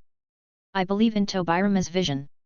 He chose you as Konoha's third Hokage because he saw your ability and quality. Uzumaki Mito continued, I hope you can stay true to your original aspiration and put the interests of the village first. I will not pursue the matter of the Hidden Whirlpool village, no matter what role Konoha played in it. It's just. There are only 85 people left in the Senju clan. They are the foundation and pride of our Konoha village, and they cannot withstand the turmoil of war. There was helplessness and sadness in her words. She knew that the former glory of the Senju clan was gone forever, but she still hoped that the Senju clan could retain some vitality. Of course. The Senju clan is one of the 2 major ninja clans that founded Konoha. Their population is small now, and there really shouldn't be any more casualties. Sarutobi Hiruzen agreed to Uzumaki Mito's conditions. Senju Tobirama made the Senju clan integrate into the civilian class, retaining only the direct descendants and some old people who were unwilling to leave, causing the population of the Senju clan to drop sharply. If another war were to happen, I'm afraid the Senju clan would exist in name only. After getting the desired result, Uzumaki Mito stood up and left. Regarding the matter of the Hidden Whirlpool village, Uzumaki Mito knew that the matter was done and settling accounts with Sarutobi Hiruzen would only make the situation in Konoha worse. He only made a vague suggestion and let the Senju clan rest and recuperate. Sarutobi Hiruzen sat quietly alone, gently picked up his pipe and took a deep puff. Beneath his seemingly calm face, he actually hid a heart that had been corrupted and tainted by power beyond all recognition. Konoha was fighting fiercely with Omegakure and Kumegakure. Rasa thought that Iwagakure and Kirigakure would not be able to resist attacking Konoha, but the development of things is always full of drama. The bloodline family of the Hidden Mist village and the third Mizukage were about to fall out, and it had reached the point where they were incompatible. The Hidden Mist village was in chaos, so how could it have the time to participate in the war in the ninja world? As for the Iwagakure village, Onaki did not forget his original intention and continued to send troops to the Land of Birds to confront the Sand Village, forcing the Sand Village to hand over relevant information and technology about the Pokémons. Onoki's calculations were working well. Although Konoha was fighting on two fronts, it still had some strength. It would be better to force Sunagakure to get the benefits first, and then when Konoha's strength was almost exhausted, Iwagakure would attack Konoha. Cage-level fighters are relatively scarce in the Iwagakure village, but this problem has not been exposed at this time because the younger generations of each village have not grown up yet. At this time, the Iwagakure village was the ninja village with the largest number of ninjas, with a total of 50,000 ninjas. The Iwagakure village had always been competing with the Kumagakure village for the second place. Onoki, the Sand Village has only been around for 2 years, do they really think they can still trample on the head of the Iwagakure village? Full of confidence, Onoki led the Iwagakure village to launch a war against the Sand Village and opened up the battlefield in the Land of Birds. Shagu, who was enjoying the show, suddenly turned grim and said, "Onoki, who are you looking down on, old man?" With a wave of his hand, Shagu sent an additional 10,000 ninjas to Cho. The ninjas from the Sand Village and the Iwagakure village began to confront each other in the Land of Birds. On October 29, the 10th year of Sand Village, the Sand Village and the Iwagakure village officially went to war. The turmoil in the ninja world had nothing to do with Rasa, who was ordered by Shaku not to leave the village. At this time, Luo Xie rubbed his hands excitedly. Although his income was reduced due to the war, he still managed to collect 400 million Pokémon coins in 2 months. Together with the original 200 million Pokémon coins and % off coupons, he could exchange them for red Pokémon eggs. Luo Xie has currently unlocked quite a few achievements, but they are all small achievements obtained by training Pokémons, with average rewards, and he doesn't know when he will be able to get the next discount coupon.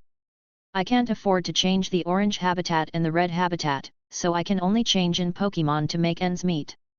Luo Xie bought the Pokémon eggs and started to choose the Pokémons. In terms of compatibility, Groudon is undoubtedly a good choice, but Rosa really likes Rayquaza. Rayquaza has the appearance of an oriental dragon.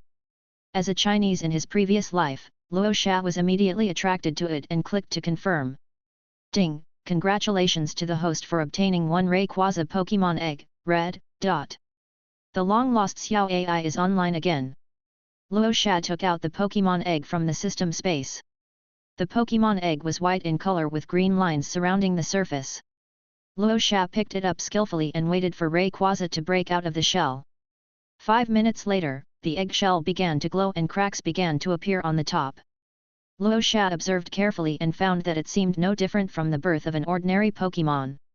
A 50 cm green caterpillar appeared in front of Luo Xie, but this green caterpillar was a mutant and looked more unique. The baby Rayquaza was born with the inheritance of a divine beast, with noble genes in his blood. He raised his head and howled, thinking he was cool. Quite cute. Listen to this little baby voice, it turns out this is how a baby dragon who can't roar yet calls out. Liakin howled and felt hungry in his stomach. He began to gnaw on the eggshell, chewing it very quickly. This familiar sense of déjà vu reminded Luo Xie of Yukira. Luo Xie touched the little dragon head of Rayquaza. Rayquaza looked up at Luo Xie and continued to eat. Rayquaza, Daddy, you are not allowed to touch my head, or the dragon will not grow tall. Luo Xie seemed to understand Rayquaza's eyes inexplicably. Then, Luo Xie opened the Pokémon interface of Rayquaza. Name Rayquaza. Gender none. Attribute Dragon, Flying. Feature Airlock, all weather effects disappear. Level LV1. Individual 6V, HP 31, Attack 31, Defense 31, Special Attack 31, Special Defense 31, Speed 31. Skills Horrible Face, Tornado, Primal Power, Air Blade. There was movement on the system's achievement panel again. Luo Xie clicked on it, and sure enough, another achievement was lit up. God of the Sky, those who are recognized by Rayquaza receive the Blessing of the Sky. Reward, the Finishing Touch. Chapter 37. Finishing Touch is a skill, but it requires the cooperation of the contractor to allow Rayquaza to Mega Evolve, similar to Bond Evolution. Luo Xie received the reward and put Rayquaza into the Poke Ball. However, Rayquaza escaped from the Pokeball again and hung around Luosha's neck. "Ow! Don't you want to stay in the Pokeball?" Rayquaza nodded his head, wrapped himself around Luosha and began to sleep. A cool touch came from the neck. Little Liakongza had not grown scales yet, and its body was soft, feeling very similar to that of a snake. Luosha has 10 baby Pokémons, including the naughty Yukara, the quiet Shiwanzi, the shy Huhu, the hard-working Screw Hamster, the cool Iron Dumbbell, the Rock Dog, the silly Seduc, the clever Mosquito Repellent, the scheming Ghastly, and the well-behaved Ralph, but none of them are as clingy as this baby dragon. The forgotten Tapu Mu. Luosha began his ordinary life of raising a dragon. Rayquaza grew very fast, changing every day. In just 1 week, it was already 1 meter long. It could not be used as a scarf and could only be wrapped around Luosha. March 29 RD, the 11th year of Sunagakure.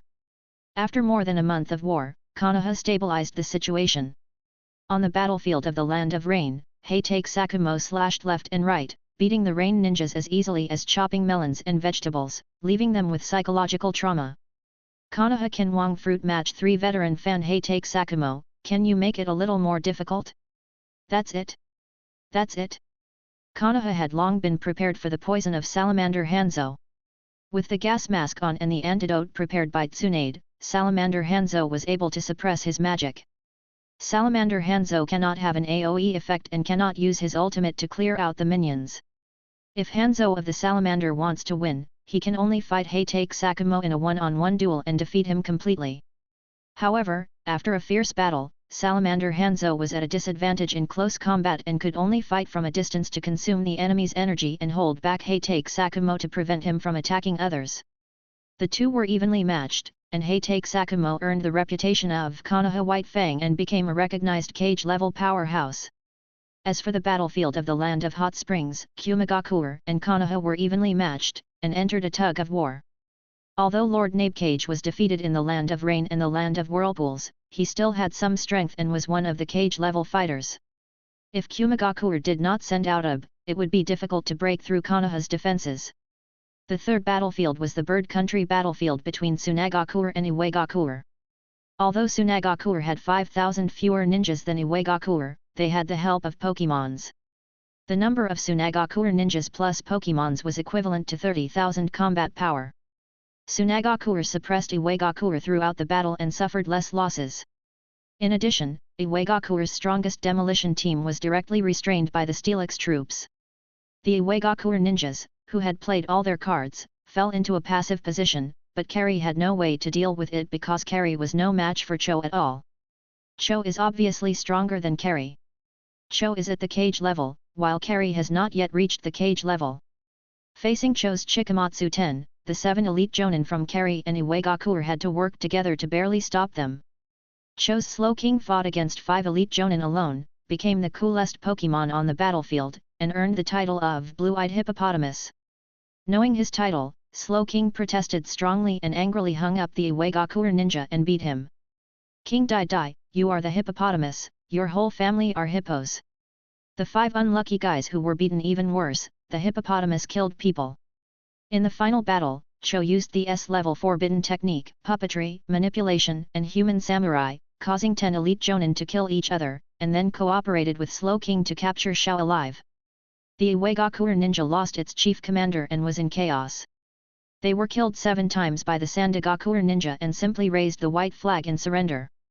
After a month of fighting, the Sand Village suffered more than 3,600 ninja casualties, including more than 1,700 killed in battle. The Iwagakure suffered 9,500 ninja casualties, including more than 5,000 killed in battle. Cho became famous in one battle and was even dubbed the strongest puppeteer and #1 female ninja.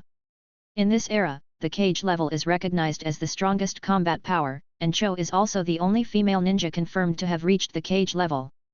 Only Onoki in the Iwagakure village can deal with Cho. Onoki is in trouble. He didn't expect that the Sand Village, which looks honest and easy to bully, is hiding so deeply. In excitement, Onoki twisted his waist and was admitted to the hospital. It was impossible to fight. Not only was Kagakure captured alive, but Iwagakure also had more than 10,000 prisoners in the hands of Sunagakure. What Onoki was considering now was how much it would cost to buy the prisoners back. Sunagakure and Iwagakure entered the negotiation stage. The battle in the Bird Country battlefield ended after a month, and Sunagakure won. This result shocked everyone. After a great battle, Iwagakure Village was directly pulled down from the top 3 by Sand Village and became the 4th ninja village. This is not the worst. The worst thing is that Iwagakure's reputation plummeted. The powerful country that raised the white flag and surrendered in 1 month became the laughingstock of the ninja world, like a French chicken from another world. The Sand Village went straight to 3rd place, only behind Konoha and Kumagakure. If Kumagakure didn't also have 2 cage-level people, Kumagakure would have been dethroned by the Sand Village. Kirigakure did nothing and was immediately secured the position of the 5th ninja village. Kirigakure, where are our brothers in distress? Sand Village, how could you betray our revolutionary friendship? I am not afraid of my brothers living well, I am just afraid of my brothers driving a Land Rover.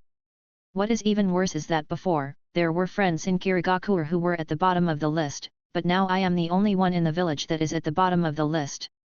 The turmoil within Kirigakure has come to a halt. The family faction and the Mizukage faction have made peace, preparing to clear the name of the village first before fighting internally.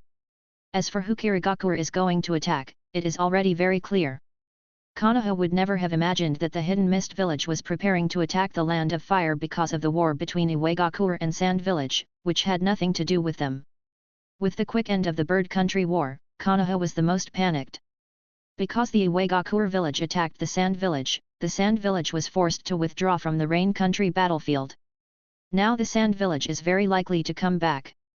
Konoha, flying to the Hidden Rock Village, little brother, can you do it? March 29 RD, the 11th year of Sunagakure. Shagu, Luosha, and Li Feng came to Fenfu's residence. This time Shagu did not come to communicate with Shikaku, but to change new furniture for Shikaku. Luosha brought back a large number of books on sealing techniques from the Whirlpool country. At his old age, Li Feng was forced to study hard and master the Uzumaki clan's sealing techniques. There are 2 seal masters in the Sand Village, Cho and Li Feng. Cho went to the battlefield and had no time to learn the Uzumaki clan's seal technique, so the important task had to be handed over to Li Feng. Li Feng has lost count of how many times he has collapsed in the past few days. The Uzumaki clan's sealing technique is extremely complicated. Li Feng, who is having a hard time learning it, has begun to doubt whether his attainments in the sealing technique are worthy of their reputation. Looking at the basket of books, Li Feng fell into silence. Li Feng, don't stop me, I want to jump off the building. Hey, I said I wanted to jump off the building, why didn't you stop me? Shagu, I'm used to it. Ebizo and Caltex said the same thing, and they are both still alive and well. Gale. Li Feng silently retracted his foot, sat down obediently and continued to study the sealing technique. In short, Li Feng finally learned the 4-symbol seal, and Shagu immediately took Li Feng to find Shikaku. Luosha was just a spectator in the front row. Because of his limited energy, Luosha did not delve into the sealing technique, waiting for Li Feng to learn all the vortex sealing techniques and teach him. This is a good opportunity to observe how to seal the tailed beasts, and it is definitely not an opportunity to watch Shikaku make fun of himself. Shikaku, who was still sleeping in Bunfuku's body, was awakened by the unusual movement of the seal. Hey, old Kazekage, why are you here again? Shikaku, who thought he was going to be beaten again, immediately got up, put his hands on his waist and shouted in a stern voice. Well, it's been a long time since we last met. I missed you so much. I came here to check on you and see how you've been doing recently. Seigu imitated Rasa's tone and expression, looking at Shikaku jokingly. Huh? Cunning human, what evil plan are you up to? You still care about me? Do you think I'm as easily fooled as that idiot Julama? Hey, what are you doing? Shikaku felt the restraint on his body becoming stronger and stronger, and had a bad premonition, so he jumped up immediately. You live in such a simple house. I'm sure you'll like it if I renovate it for you. Why are you so ignorant that you have to go against the Sand Village? Wouldn't it be better to become an official tailed beast? Look at Shijiki Nanao, he's living such a comfortable life now. As Shagu finished speaking, the 4-symbol seal completely covered the original Phantom 9 Dragon seal. Fuck you. Shikaku's words were cut off by the seal. In the dark room, Shikaku's voice was completely cut off. The chatterbox Shikaku couldn't communicate with people, which was the biggest torture for him. Shikaku was angry for a while. Shikaku, I was wrong, old Kazekage, I am willing to serve the Sand Village. Let me out. Monk, can you hear me? Monk. No matter how Shikaku exchanges, people outside will have no idea. Luo Leziran Shad, how can you treat animals like this? This is abuse and violates the Animal Protection Act. Chapter 38. Letting Go. Fenfo, you can go back to live in the Sand Village from now on. You don't have to stay here anymore. Shagu said to Fenfo. No need, Lord Fengying. I'm used to being alone and quiet, and I'm used to living here. Fenfo clasped his hands together, bowed to Shagu, and rejected Shagu's invitation. Okay, if you have any requests, you can tell the Umbu Ninja directly, and they will pass it on to me directly. Thank you, Master Kazekage. I am living a good life. However, Shikaku is not a bad person by nature. Does the village intend to keep it sealed like this from now on? Shikaku is an intelligent creature. It's not good to keep him locked up like this. Let's lock him up for 10 days or half a month and then talk to him and see if his attitude softens. I would like to thank Master Kazekage on behalf of Shikaku. What Fenfuku didn't expect was that because of the war, Shagu had completely forgotten about this matter, and it was unknown when he would remember it and release Shikaku from the small dark room. Shikaku. On November 29, the 11th year of Sand Village, Kazekage declared war on Konoha and sent 30 troops to attack Konoha. Konoha was stunned. Before the Sand Village's ninja army arrived, the Kazekage's ninja army arrived first. Sarutobi Hiruzen transferred Heitake Sakumo from the Rain Country to fight against the Kazekage Village. The Rain Country was led by the 3 ninjas of prostitution, gambling, and drug trafficking. The 2 negotiating parties in the Land of Birds had been arguing for more than 10 days and had yet to conclude their negotiations. Seeing the actions of the village of Kazekage, the Sand Village and the Iwagakure Village accelerated the negotiation process. Sunagakure Foreign Minister Su personally took the stage and vented all the anger he had recently received from Suya. Iwagakure negotiator? Benefit. You can negotiate, don't use force, you're so great to be an elite jonin? You're bullying me, too much. Finally, after friendly negotiations between the 2 parties, the following terms were reached. 1. The Iwagakure village shall pay 2.5 million taels of silver to the Sunagakure village as compensation. 2. Allow goods from the Kingdom of Wind to flow into the market of the Kingdom of Earth. 3. The Land of Earth will exempt the goods of the Land of Wind from customs duties for 3 years. 4. Form a wartime military alliance. If any country is attacked, the other country needs to send troops to provide assistance. 5. Work together to attack the Fire Nation. Rain Country, how can I repair it? I am 1, not 0.5. The Rain Country saw that it had become a 3-country battlefield, and in anger, it welcomed the coalition forces of Sunagakure and Iwagakure. Hanzo Salamander was so worried that a few of his hair turned white. Konoha hadn't resolved the issue yet, and the Sand Village and Iwagakure villages got involved again. Although Sand Village and Iwagakure are fighting against Konoha, the battlefield is in the Land of Rain.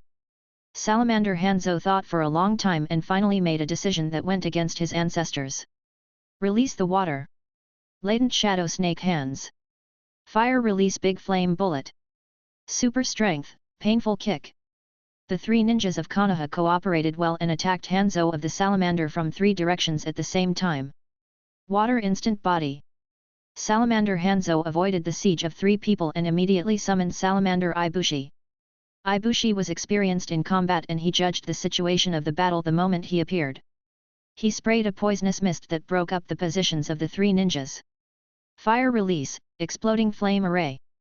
Taking advantage of the gap when the 3 ninjas were dodging, Hanzo of the Salamander used his signature ninjutsu, and a large number of explosive tags flew directly from under Tsunade's feet and entangled Tsunade's legs.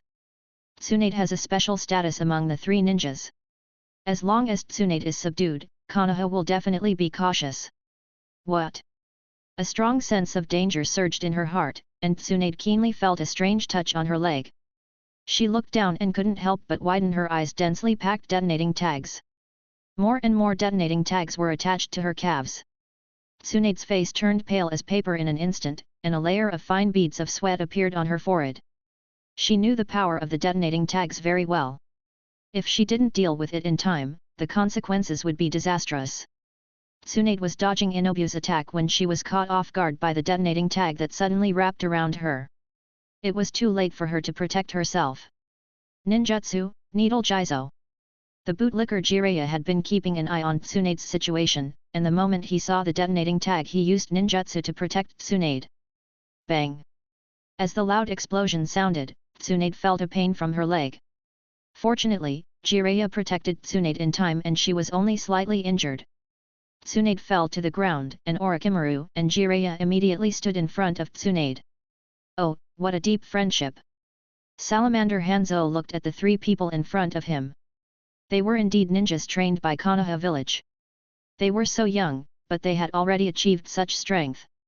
Only those at the cage level can defeat the three ninjas of Konoha. Even an elite jonin who has been through hundreds of battles and has rich experience will most likely die if he fights against them. Unfortunately, the opponent of the three ninjas at this time was precisely the cage-level strongman, the demigod of the ninja world Hanzo of the Salamander. Salamander Hanzo did not kill Tsunade. The explosive fire array just now only attacked Tsunade's calf. Even without defense, Tsunade's life would not be in danger. Tsunade was already injured and the Sunin were on the verge of failure, so Hanzo of the Salamander began his mission of letting the Sunin go. The silly Jiraiya looked at the goddess getting injured, his anger level skyrocketed, as if he had a buff, and he attacked Salamander Hanzo with all his might, and the fight ended in a 50-50 draw. The calm Orochimaru discovered a clue. It seemed that Hanzo of the Salamander was preparing a move. Salamander Hanzo, young man, I advise you to learn your lesson. If you continue like this, I will attack you with all my strength. Orochimaru grabbed Jiraiya in time, preventing him from being beaten up. The two sides fought to a draw and called off the battle. In the end, Hanzo of the Salamander gave the three of them the title of Three Ninjas. Hanzo made the three of them famous with the title of Demigod of the Ninja World. Now the three of them have the strength of elite jonin, and when combined they are strong enough to fight against a cage-level warrior. Hanzo has given Konoha enough face and done Konoha a good job. Never mind the life and death fights that took place before. Countries only talk about interests, not feelings. Faced with Hanzo's goodwill and given that Konoha was in such a difficult situation, Sarutobi Hiruzen naturally accepted Hanzo's kindness. In the end, before the coalition forces of Sand Village and Iwagakure arrived at the battlefield, the war between Konoha and Imagakure was declared over, ending with the defeat of the Rain Country. Hanzo urgently dispatched all the Imagakure ninjas to rescue the civilians injured in the war. At the same time, he evacuated the civilians who might be affected by the upcoming Three Kingdoms War, and began to gather his forces to save as many people as possible. On December 29, the 12th year of Sand Village, the Rain Country once again started a war. The protagonists of this war were Sand Village, Iwagakure, and Konoha, and the Rain Village was hidden. Konoha began to fight on three fronts, and the three ninjas of pornography, gambling, and drug trafficking continued to serve as the commander-in-chief of the Konoha ninja army in the battlefield of the Rain Country. The commander-in-chief of the Sand Village and Iwagakure ninja armies are still Cho and Kari. The two sides have changed from enemies to teammates. Kari's mood has visibly improved and he enjoys everything he eats. As for the three ninjas of Konoha, the long-famous Karishi didn't take them seriously at all. They are just three juniors who have just gained a little fame, and it was a title given by Hanzo because of his leniency. Who are they to be ranked on the same level as me, explosive hunter? Kari challenged Orochimaru with full confidence. They were evenly matched. Kari started to lose the game and was almost knocked down by Orochimaru. Kari's mentality collapsed. Fortunately, Cho defeated Tsunade and Jiraiya in the end, forcing Orochimaru to retreat, otherwise Kari-shin would have been stepped on by Orochimaru to take the upper hand. In order to avoid disgrace to himself, Kari became a snake blower. Following the Salamander Hanzo, Kari publicly acknowledged the title of the three ninjas, and when reporting to Unaki, he praised the three ninjas a lot. Kari, Lord Kazekage, they are really awesome. Look at my face, it is swollen and I can't even speak clearly. The three ninjas can fight against the demigods of the ninja world. Isn't it normal that I am not a match for Orochimaru? Even if there are 3 of me, I can't beat Hanzo. Onoki, got it, Konoha has 3 more S-rank ninjas. Onoki was so envious that he almost cried. If it weren't for the need to maintain the dignity of the Kazekage. Chapter 39, Kakuzu and the Dream Demon. The war lasted for half a year, and the ninja world was in complete chaos. The 5 major countries were all in a state of war, and the fighting on the 3 battlefields was fierce. The ninjas fought to the death, and the foreign ministries of each village also had friendly exchanges on a daily basis. Konoha was still surrounded and scolded as usual, but the situation of Iwagakure was not much better. It's fine that Kumagakure and Mistgakure were unable to break through Konoha's defenses, but the coalition forces of Iwagakure and Sunagakure were also dragged into the battlefield in Rain Country, which is simply too much. You have to know that Konoha is now fighting 1 against 4. On the battlefield in the Land of Rain, Sand Village at least had Joe, a cage-level strongman, on the battlefield. Cloud Village and Mist Village could not attack, so they tacitly turned their guns and aimed at the Iwagakure village. What's the point of having so many people? You sent an elite jonin as the commander-in-chief, but he was beaten by a junior. I feel ashamed if you don't feel ashamed. The one that cursed the most was the Hidden Mist Village, because the Hidden Mist Village had now secured the position of 5th place and was determined to overthrow the Hidden Iwagakure Village, which was 4th, and get rid of the title of the 5th Ninja Village. Kirigakure, as long as I become the 4th, I will stop fighting. Mue, is there such a good thing? In the war of public opinion in the ninja world, Iwagakure was besieged by Kirigakure, Kumagakure, and Konoha, while Sandagakure was left alone. Konoha was besieged by the 4 major ninja villages, while the smaller ninja villages were left alone. Half a year passed as the 5 villages continued to beat and scold each other. June 30th, Sunagakure 6th year, Sunagakure Village. Master, I'm leaving the village and going to Lulin. There is special chakra energy there that may help Rayquaza grow. Luo Sha came to Feng Ying's office and applied to Shagu for permission to leave the village for the nth time. Ow! When Rayquaza heard that it could grow up, it roared excitedly, twisted its 5-meter-long body around, flew in front of Shaku, wrapped itself around Shaku's body, and showed an expectant look in its eyes.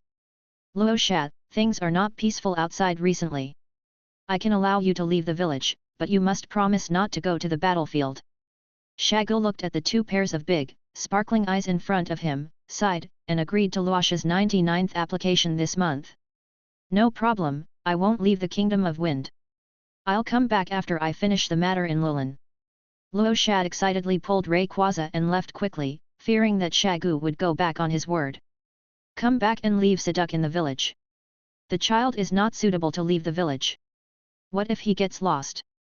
Shagu grabbed Luosha's collar, but Saduk would run out of the Pokeball every day, sneak onto the street and go door to door to ask for food, and was finally found by the Umbu after being reminded by enthusiastic villagers. The Sand Village is too big, and Saduk's big head can't remember the way at all, but the amazing thing is that he can always find the residential area accurately, but can't find the way home. Well, I'll leave this child to you, Master, to take care of. Luosha took out Saduk's Pokeball and put it in Shagu's hand, then turned around and ran away. Ever since they secretly went to the Uzugakure village last time, the Sand Village F4 has been under house arrest. In order to leave the village, Luo Sha persuaded Shagu for half a year, and he tried everything, including crying, making a fuss, and even threatening to commit suicide, but he still couldn't get Shagu's approval. This time, Shagu finally agreed after much persuasion, and Luosha immediately ran away with his brothers. Shagu stared at Luosha's fast running back. He waved his hand, and 2 Umbu teams immediately followed Luosha's footsteps. Luosha quickly prepared everything, sent a message to Kakuzu, and set off for Lulin with his team members. During this period, Kakuzu was working hard to expand the market for money. Since there was already an Pokémon habitat in the Bird Kingdom, Kakuzu's first stop was the Bird Kingdom. But what he didn't expect was that just as Kakuzu started his business of Pokémon products, he was stopped by the nobles of the Bird Kingdom. If you want to do business in the Bird Kingdom, you need to hand over 8% of your profits. For Kakuzu, this is more painful than killing him. How can he tolerate this? Kakuzu started a killing spree on the spot, leaving many heads rolling. Kakuzu's name in the land of birds had become famous enough to stop children from crying at night. The nobles of the land of birds were furious and collectively put a bounty on Kakuzu, which rose all the way to 5,000 million taels. When Kakuzu saw this, he happily chopped himself off in exchange for the bounty, and exchanged it for 4 bounties at once, earning 4 million taels. Many nobles of the bird kingdom went bankrupt directly. Some nobles could not pay the bounty and were pursued by underground gold exchange offices, and were put on the gold exchange office's bounty list. Nobles, someone is cheating here, can't you see? How can anyone die 4 times? You are colluding to defraud money. Defraud money. I will sue you. Kakuzu happily accepted the bounty notice from the nobles of the bird kingdom and started another joyful massacre, collecting another wave of bounties. Your money is mine, and your life can be exchanged for money. Killing 2 birds with 1 stone, Kakuzu seemed to have opened the door to a new world. Kakuzu suddenly became more motivated. This was an extremely good job. The resistance in the land of birds was gone, and Kakuzu successfully opened up the market in the land of birds in 3 months. Although most civilians could not afford Pokeballs, it still brought Luasha a net profit of 800 million taels per month. With Kakuzu splitting the difference, Luasha earned 640 million taels. The Kingdom of Birds is not like the Kingdom of Wind. The daimyo and Kazekage of the Kingdom of Wind are vigorously promoting the development of the Pokémon industry. Almost all ninjas are equipped with Pokémons, and the market is huge. If you want to tap into the market in the land of birds, you must first build a ninja village in the land of birds. This has been included in Luosha's plan. First, establish ninja villages in all small countries. Sunagakure will have absolute control over them. Then, establish an international organization. Luosha has already thought of the name. It will be called the Gale Federation, the British Empire, Little Britain, and actually it is the Pokémon Alliance. This has to be done quietly after the war, and the shooting must be done secretly. As long as the plan succeeds, Konoha will be nothing more than a small Karami in the eyes of Sand Village. Therefore, Kakuzu becomes more and more important, and the premise of all this is that Kakuzu successfully establishes a Pokémon network. Rosa, Kakuzu is simply my sibling, my dearest friend, and my beloved brother. He is one of my wings. Now Kakuzu has gone to the Bear Country and followed the same method to make the Bear Country nobles follow the same path as the Bird Country nobles. Some nobles of the Bear Country were well informed and wisely defected to Kakuzu, which made Kakuzu feel regretful for a long time. Kakuzu, why don't you resist? Maybe you will succeed? With a good employee like Kakuzu, Luosha likes him more and more. If he could not defeat Kakuzu in single combat, Rosa would have accepted Kakuzu as his younger brother. But Kakuzu would be in Rosa's hands sooner or later, it just depends on when the author arranges it. After Kakuzu opened up the market in Bird Country, Rosa personally gave Kakuzu a blue dream demon egg. The appearance of the dream demon is full of mystery and weirdness. Its main colors are grey and dark green. Its hairstyle is like flames, its irises are red, and there is a string of conspicuous red beads hanging around its neck, which looks extremely cute. All in all, it fits Kakuzu's aesthetic very well. It only took 3 days for Kakuzu to go from being disdainful and disgusted to becoming a qualified nanny. Hey, stop sticking to me. Stop crying, it's annoying. Okay, is it okay that I was wrong? Stop crying, okay? Can you let me sleep? Facing the dream demon that had been crying for a whole day, Chiaoda was helpless and put on a dead fish face, with no desire to live. The dream Pokémon has the insomnia trait and will not sleep at all. And due to the special nature of ghost Pokémon, crying for a whole day is not a big deal. At most, its energy will be consumed faster. Well, the little dream demon is a girl, and she's a crybaby. She hangs around Kakuzu every day, unwilling to leave for a moment, and even refuses to enter the Pokeball. The newborn dream demon baby regards Jiaozu as his father, so it is normal for him to cling to him. It was hard for Kakuzu, but no matter how annoying the dream monster was, Kakuzu had no desire to attack it. Because this little guy was hatched from Kakuzu's hands, Kakuzu couldn't help but be a little accommodating. In the end, Kakuzu resigned himself to his fate and hugged the dream demon, coaxing the dream demon into happiness before falling asleep peacefully. The dream demon nestled quietly in Kakuzu's arms, rubbed him slowly, and happily closed his eyes to accompany Kakuzu. The next morning, Kakuzu, awakened by the cry of the dream demon, got up helplessly. Hey, the milk will be hot soon, don't cry. Kakuzu, who was promoted to a father, held the little dream demon in his arms and rocked it gently, coaxing it. Looking at Kakuzu, who was busy making milk for the dream demon, Rosa was extremely satisfied. Rosa handed the new batch of goods to Kakuzu and left with peace of mind. Why is there no camera in the mall? I really want to record it. I didn't expect that Kakuzu also has a glorious side that radiates fatherly, maternal, love. Please imagine the specific scene by yourself. Chapter 40. Lulin. The breeze blows and the yellow sand is everywhere. The boundless desert is like a golden ocean, shining brightly under the scorching sun, as if countless shining pearls are scattered on this vast land. The heat waves in the air are like smoke, fog, and distorted phantoms, making people feel as if they are in an illusory world. Suddenly, a group of young boys and girls riding on fire-breathing camels appeared from a distance. Each fire-breathing camel has a huge black parasol on its head. Luo Xia was slumped on the cushion of the fire-breathing camel, wearing sunglasses and slurping juice, while chatting with Jiaoyuo and the other two. Zanja is a little chatterbox who keeps talking all the way and is a great person to kill time with. The four of them were on their way to Lulin. Brother, are we really not going to the rain country? Suya asked Luo Xia excitedly. After becoming the Seven Tails Jinchuriki, Suya was overwhelmed with confidence, especially after he learned the magnetic style, Giant God Soldier. Suya had long wanted to go to the battlefield to loosen up the muscles of the Konoha ninjas. Boskodora, it's all my credit. That's what a tough guy is like. Fight, fight, and keep fighting. Let's go to Lulin first. If Rayquaza can absorb the Dragon Chakra, we will wait until Rayquaza has absorbed it before we set off for the rain country. If Rayquaza cannot absorb it, we will immediately go to the rain country. Luasha directly threw Shago's warning behind his head. Now Luasha's team is strong enough to destroy a cage-level strongman. The only Super Shadow Master, Madara, is now on an oxygen tube to sustain his life, and the Konoha Dance King is already a thing of the past. The ninja world is so vast, where can't you go? That's great. I can finally go to the battlefield and kill Konoha ninjas. I want to make the name of Scorch Release known throughout the ninja world. Yakang raised his fist and said happily. I have learned medical ninjutsu, so I will go to the logistics unit to help. Carula was quite helpless. She was not keen on fighting and became the medical ninja in the team. Carula is still at the level of a Chunin now, and with the help of the Pokémons, he is at the level of a Jonin. It is still somewhat dangerous for him to go to the battlefield.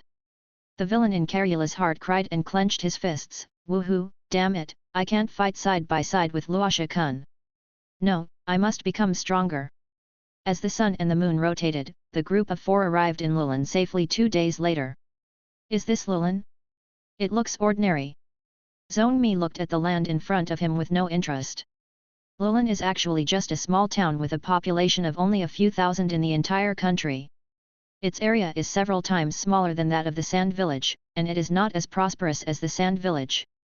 The people here live a simple and peaceful life, and their faces are filled with sincerity and kindness.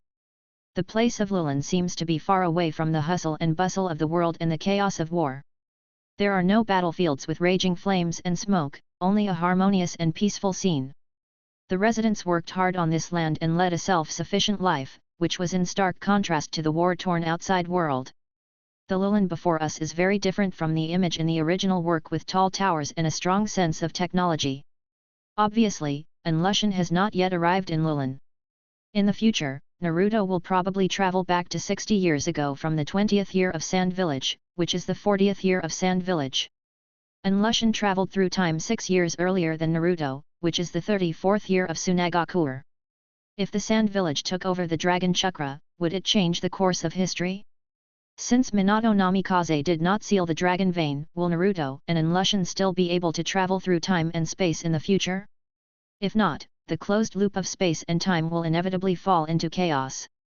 Then there may be two results, one is the automatic correction of time and space, and the other is the emergence of parallel worlds with different development trajectories. If time and space are corrected, in the future Sunagakure will face the team led by Naruto and Minato Namikaze. But if a parallel world is derived, then Naruto will not be able to travel back. It would be a good idea to send the Sand Village ninja to station in Lulin to test it out and see what effect it will have. Luo Sha thought of a strategy and breathed a sigh of relief. I have a time traveler behind me.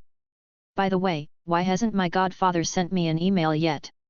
The four of them arrived at the city gate, and Luo Sha took out a gold medal with a unique mark on it from his arms. This was the identity proof of the Sunagakure high-level officials.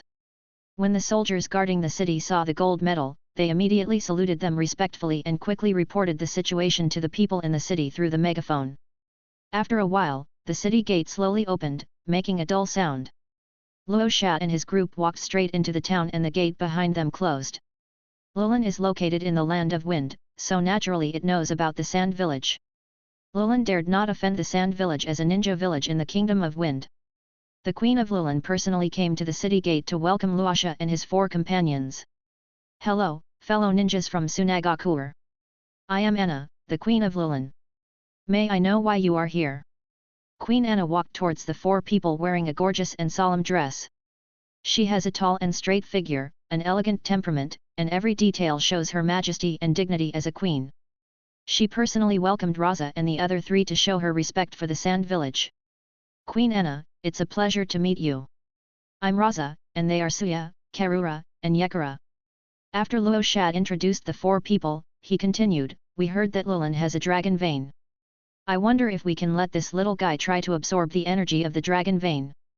Of course, if you have any needs, you can raise them and we will definitely do our best. Luo Sha touched Rayquaza's head and directly stated his purpose. Luosha, the power of the dragon vein is extraordinary. Historically, only the Lulan royal family can control it, but it is limited to control. No one has ever been able to absorb the energy of the dragon vein. The energy of the dragon vein is too huge. If you absorb it, you will explode and die instantly. Queen Anna reminded kindly. Queen Anna, I know the situation of the dragon vein, but I still want to give it a try. I believe Rayquaza can do it, and I will bear all the consequences. Rayquaza is a sky Pokémon with the potential to become a god.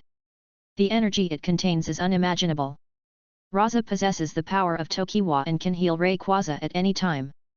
If a problem occurs, Luo Sha can immediately put Rayquaza into the Pokeball to block the energy transmission of the dragon vein.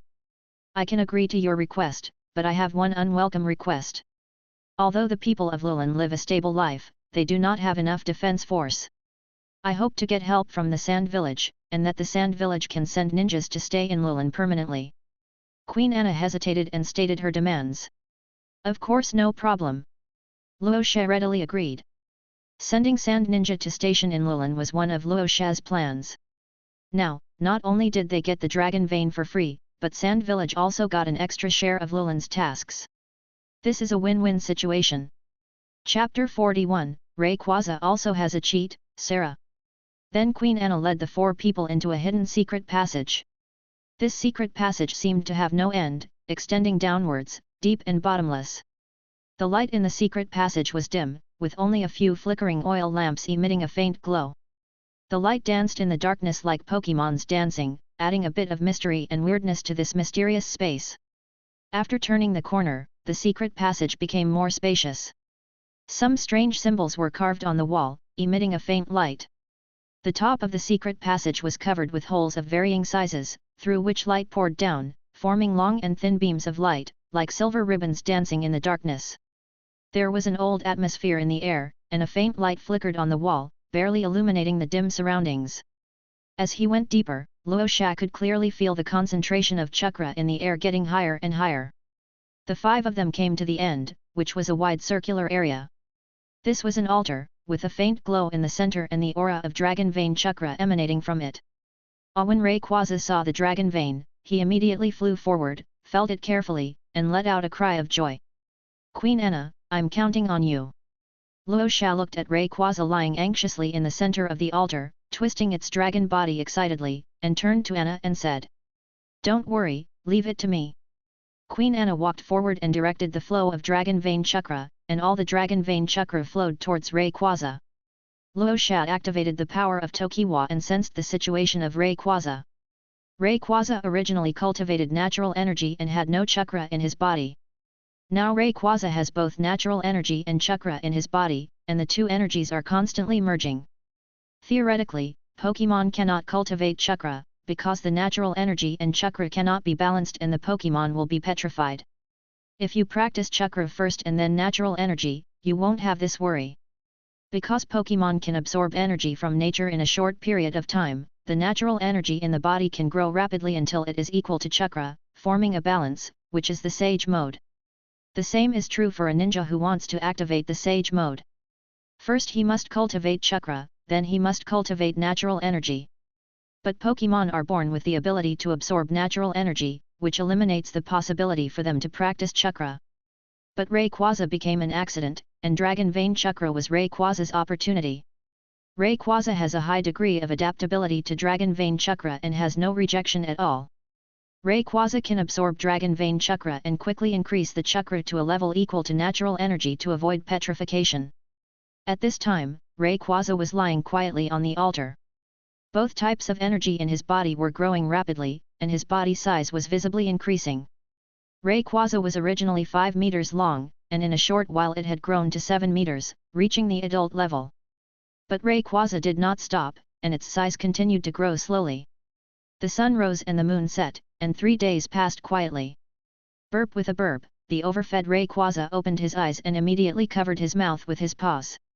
But my claws are too short to cover my mouth.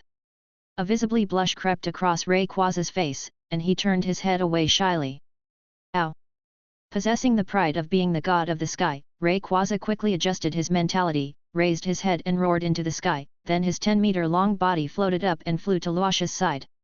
Anna was already sweating all over and almost exhausted. At this moment, she watched Rayquaza wake up and fell to the ground with a sigh of relief. Luosha looked at the big guy so close to him. If it weren't for his usual clear eyes, Luosha would have been a little afraid to recognize him. The big boy has changed a lot after a good sleep. The originally small, cute, and adorable little dragon has turned into a majestic and domineering dragon. Rayquaza's huge and majestic body is covered with a layer of hard green scales, shining with dazzling light, its sharp claws and pointed teeth are chilling. You can tell at a glance that the resistance has increased by more than one level. It was Rayquaza's howl just now that almost deafened Luosha's ears. In this enclosed environment, you'd better speak quietly. Luosha rubbed his ears and said helplessly. Wu Liakongza whimpered twice and rubbed his head against Luosha to show that he understood. Name Rayquaza. Gender none. Attribute dragon, flying. Features airlock. Level LV 60, Jounin. Individual 6V, HP 31, Attack 31, Defense 31, Special Attack 31, Special Defense 31, Speed 31. Skills Sage Mode, Finishing Touch, Reverse Scale, Speed, Dragon Dance, Dragon Wave, Loud Voice, Sleep. Rayquaza was only 8 months old, originally at level 24, but after waking up, he became level 60, just one step away from being an elite Jounin. I wonder what Ebizo's Crystal Lamp Spirit, who worked hard for 3 years to reach level 70, thinks. The Crystal Lamp Spirit has not yet broken through to the cage level, and Ebizo, who cannot stand up in front of Joe, can only be a younger brother forever. However, Rayquaza's level increase is secondary. The most important thing is that Rayquaza has learned the Sage Mode. Once the Sage Mode is activated and combined with Mega Evolution, Rayquaza may be able to directly reach the cage level. Luosha was in a good mood. Although he was such a big dragon, who would have thought that his mental age was still that of a baby? Rayquaza still loves to stick to Luosha as before, and Luosha feels that he is bearing the unbearable weight of life. Hey, Rayquaza, be gentle, stop pestering me, I'm going to crush you. Woo! Rayquaza looked at Luosha with grievance. He had called her sweetie 3 days ago. Old Father Luosha has a long way to go in educating his children. With Rayquaza's transformation complete, the 5 left the basement and returned to the castle. Mom, where have you been? Sarah couldn't find you just now. As soon as she returned to the castle, a little girl about 3 or 4 years old ran over with red eyes and threw herself into Anna's arms. Wow, is this a dragon? So handsome.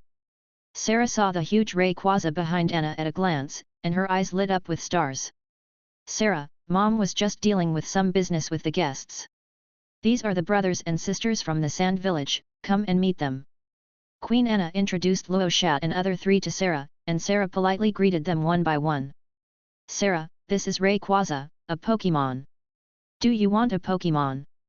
Luo Xia looked at the cute Sarah and suddenly had an idea. The Lilin royal family can draw out the dragon vein chakra, maybe they have excellent chakra talent. Queen Anna is old and it's a bit late for her to start training, but Sarah can. By attracting Sarah to the Sand Village will have absolute influence on Lilin in the future. More importantly, Sand Village will be able to gain a cage-level strongman. Sarah has the potential to be a movie star. Luo Xia was inspired by her talent and decided to take Sarah into his fold.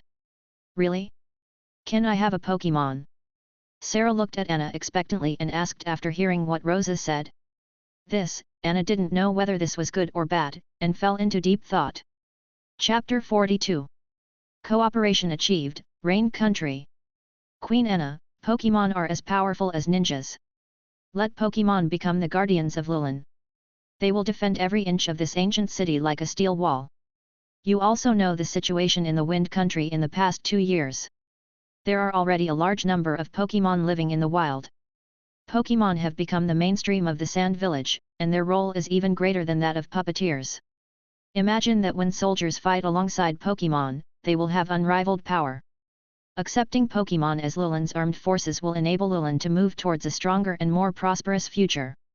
If you're worried, the Sand Village can act as a guarantee. The Pokémon will definitely be beneficial and harmless. If anything goes wrong, the Sand Village will be fully responsible. Luo Xia began to work hard to promote his products, striving to expand his business to Lilin. Luo Xia, can you represent the Sand Village? This is a serious matter. I can only feel relieved if Lu Lan signs an agreement with the Sand Village. Anna is a good queen who serves her country and her people, and national defense has always been Anna's concern. In the original novel, Lushan persuaded Anna to use the power of dragon veins to develop puppet army, and Anna agreed to Lushan's proposal. Anna would naturally be tempted by Luo Xia's proposal.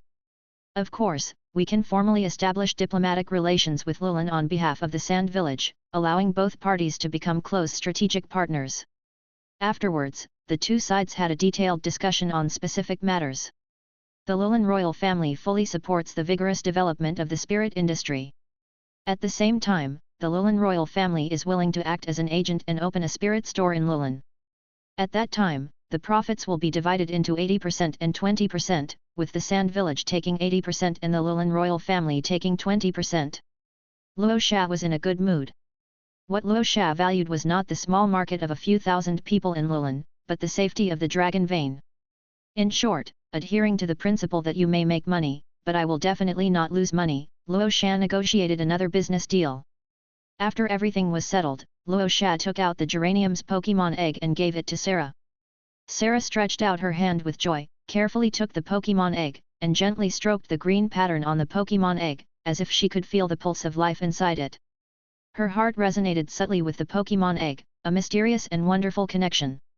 Sarah looked expectant as she held the Pokémon egg tightly, waiting for the Pokémon to hatch.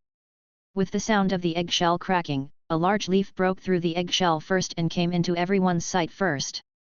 A pale green chrysanthemum leaf poked its head out with difficulty, opened its eyes and looked at Sarah. The air was filled with a faint fragrance, which was the scent of flowers and plants coming from the chrysanthemum leaf. I saw the chrysanthemum leaf gently bit off a piece of eggshell with its small mouth and chewed it slowly. Sarah felt an indescribable joy in her heart and stared at the chrysanthemum leaves intently. So cute!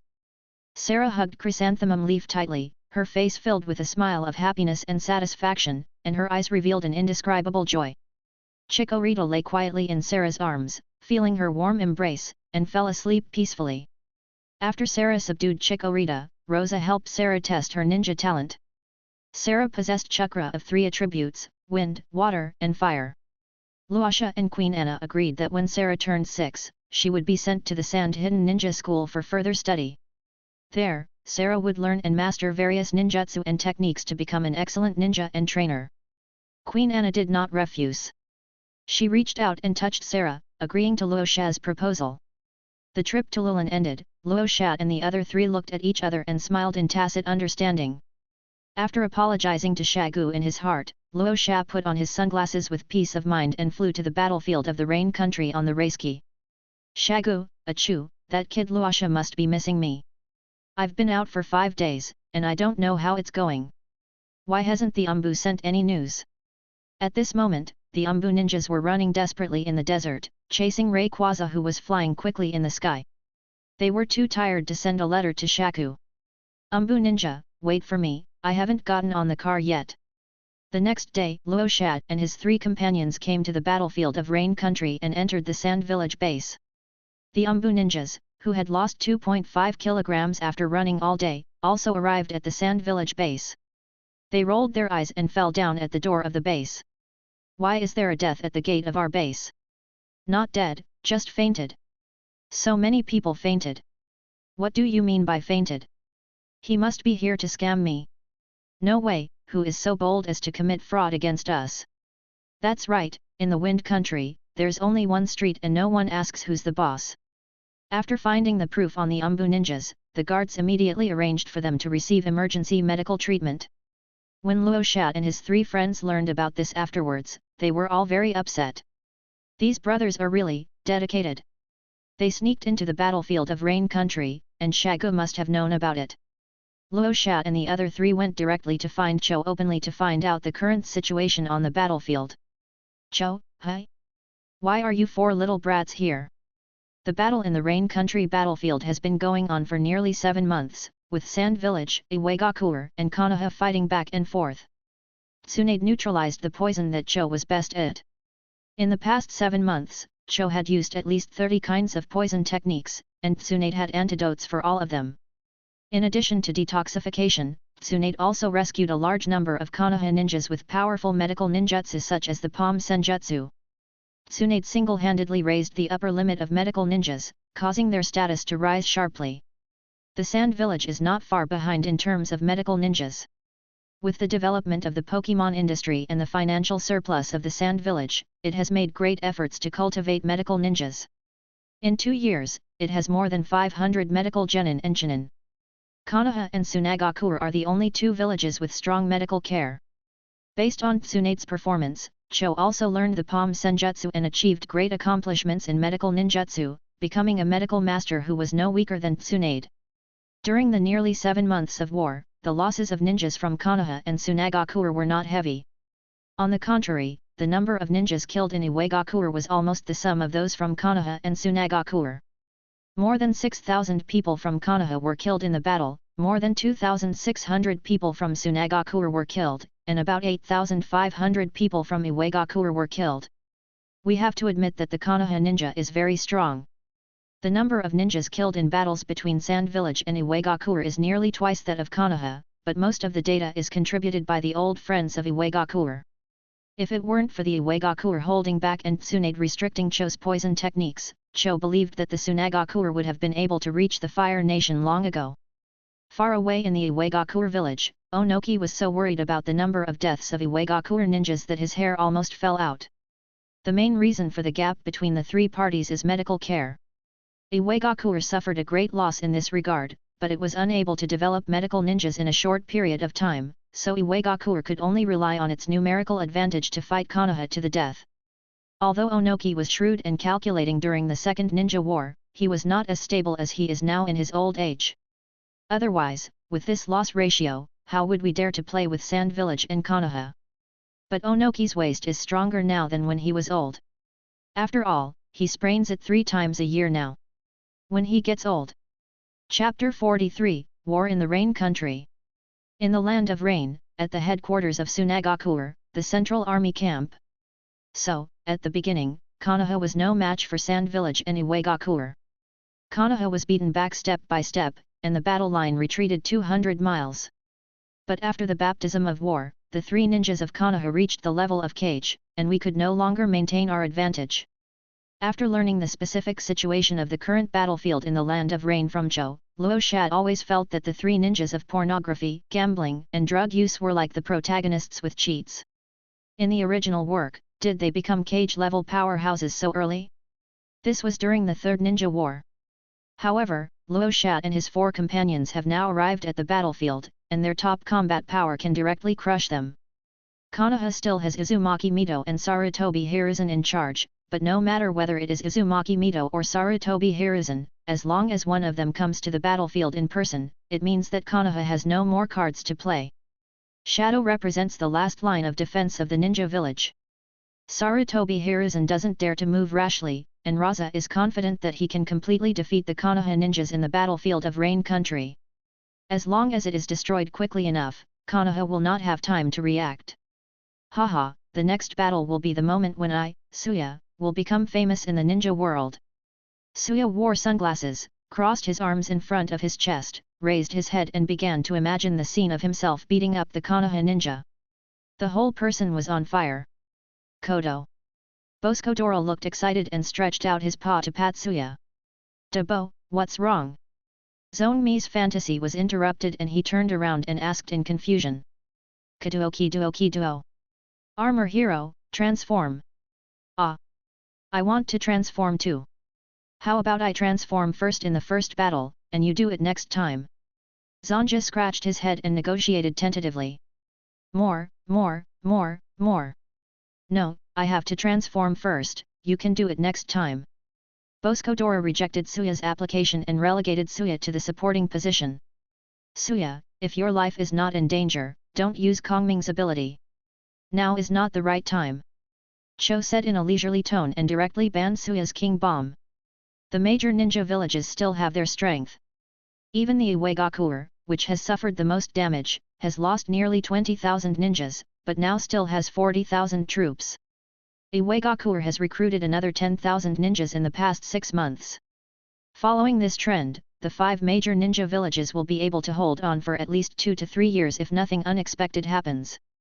Now that the Seven Tails has been exposed, I'm afraid that Sand Village will fall into an unfavorable situation. Ah, why is this happening? Suya wanted to cry but had no tears. Since he couldn't use Kongming's ability, he couldn't use the magnetic release, Giant God Soldier, and he couldn't transform. I have to give Boskodora a set of armor again. It turns out that he is destined to be a support. XWX. Zanja was dejected. He took out a branch and squatted in the corner to draw circles. Kaduo, don't worry, Ami, I will protect you. Boskodora walked over and patted Suya on the shoulder, then took out the pokeball from Suya's waist, released his subordinates and began to make pre-war deployments. A lot. Translation, I charge at the front, Steelix and Magnetron charge at the left wing, Armored Bird and / Commander charge at the right wing, and Nut Dumbbell protects Ami. In short, just charge. The 6 Pokémons completed their deployment and thought the plan was perfect. They looked up and began to fantasize. All 6 Pokémons were ablaze. Luoshad, how did this disease become contagious? Looking at Suya who was still drawing circles in the corner, Luoshad twitched his lips. What a trainer! Zanja's Pokémons are usually trained by Boskodora, who is the undisputed boss of Zanja's team. Including Suya, the nominal trainer, who had been serving as Boscodora's pendant before becoming the Seven Tails Jinchuriki. The arrival of Rasa and his 4 companions will undoubtedly change the situation on the battlefield. Cho simply called several senior executives and began to discuss how to defeat Konoha and trap Iwagakure at the same time. King Dai, wearing a cool red cloak and a pair of round black framed glasses, walked to the center position, opened the map with his mental power, took out a pen, and began to circle and dot on the map. If we want to defeat Konoha in one blow, we must block all the routes for Konoha ninjas to retreat. This is our base, this is the base of Iwagakure, and this is the base of Konoha.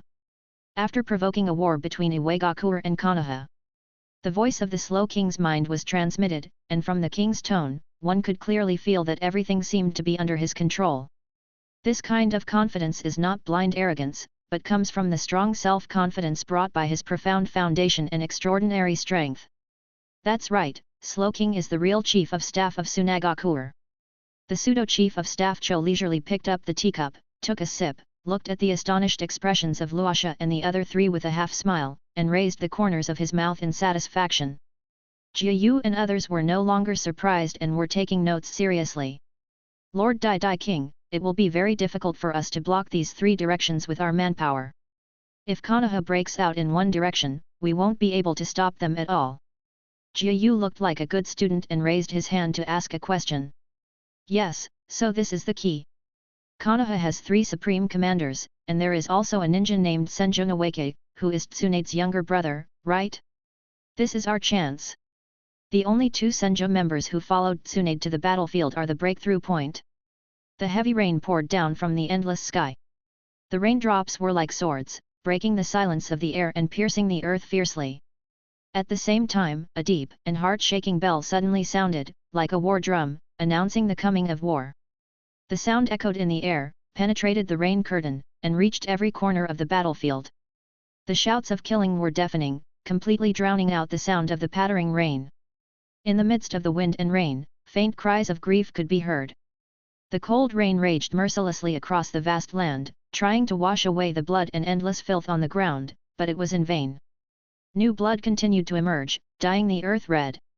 Damn it, are Sunagakure and Iwagakure crazy? Tsunade kept swinging her fists, each of which had tremendous power and momentum. But the Chikamatsu Ten were not to be outdone, and under Cho's manipulation, they worked closely together, performing various ninjutsu and taijutsu techniques to deal with Tsunade's attacks.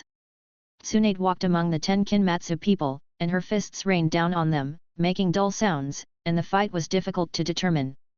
Although the high-end combat forces of Sand Village and Iwagakure were successfully held back, Konoha's ninja army was losing ground.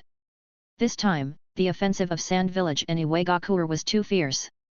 They seemed to have totally disregarded their own losses and just kept attacking, using a tactic that would hurt the enemy by 1,000 and lose 800 of their own. This is so abnormal. At this moment, a deafening roar sounded from a distance. It was the work of the Iwagakure blasting team. Tsunade's heart suddenly tightened, as if being grasped by an invisible big hand. She paused and a terrible guess arose in her mind. That direction is Rope Tree. Chapter 44, The Unjust Union. Super Strength, Painful Kick.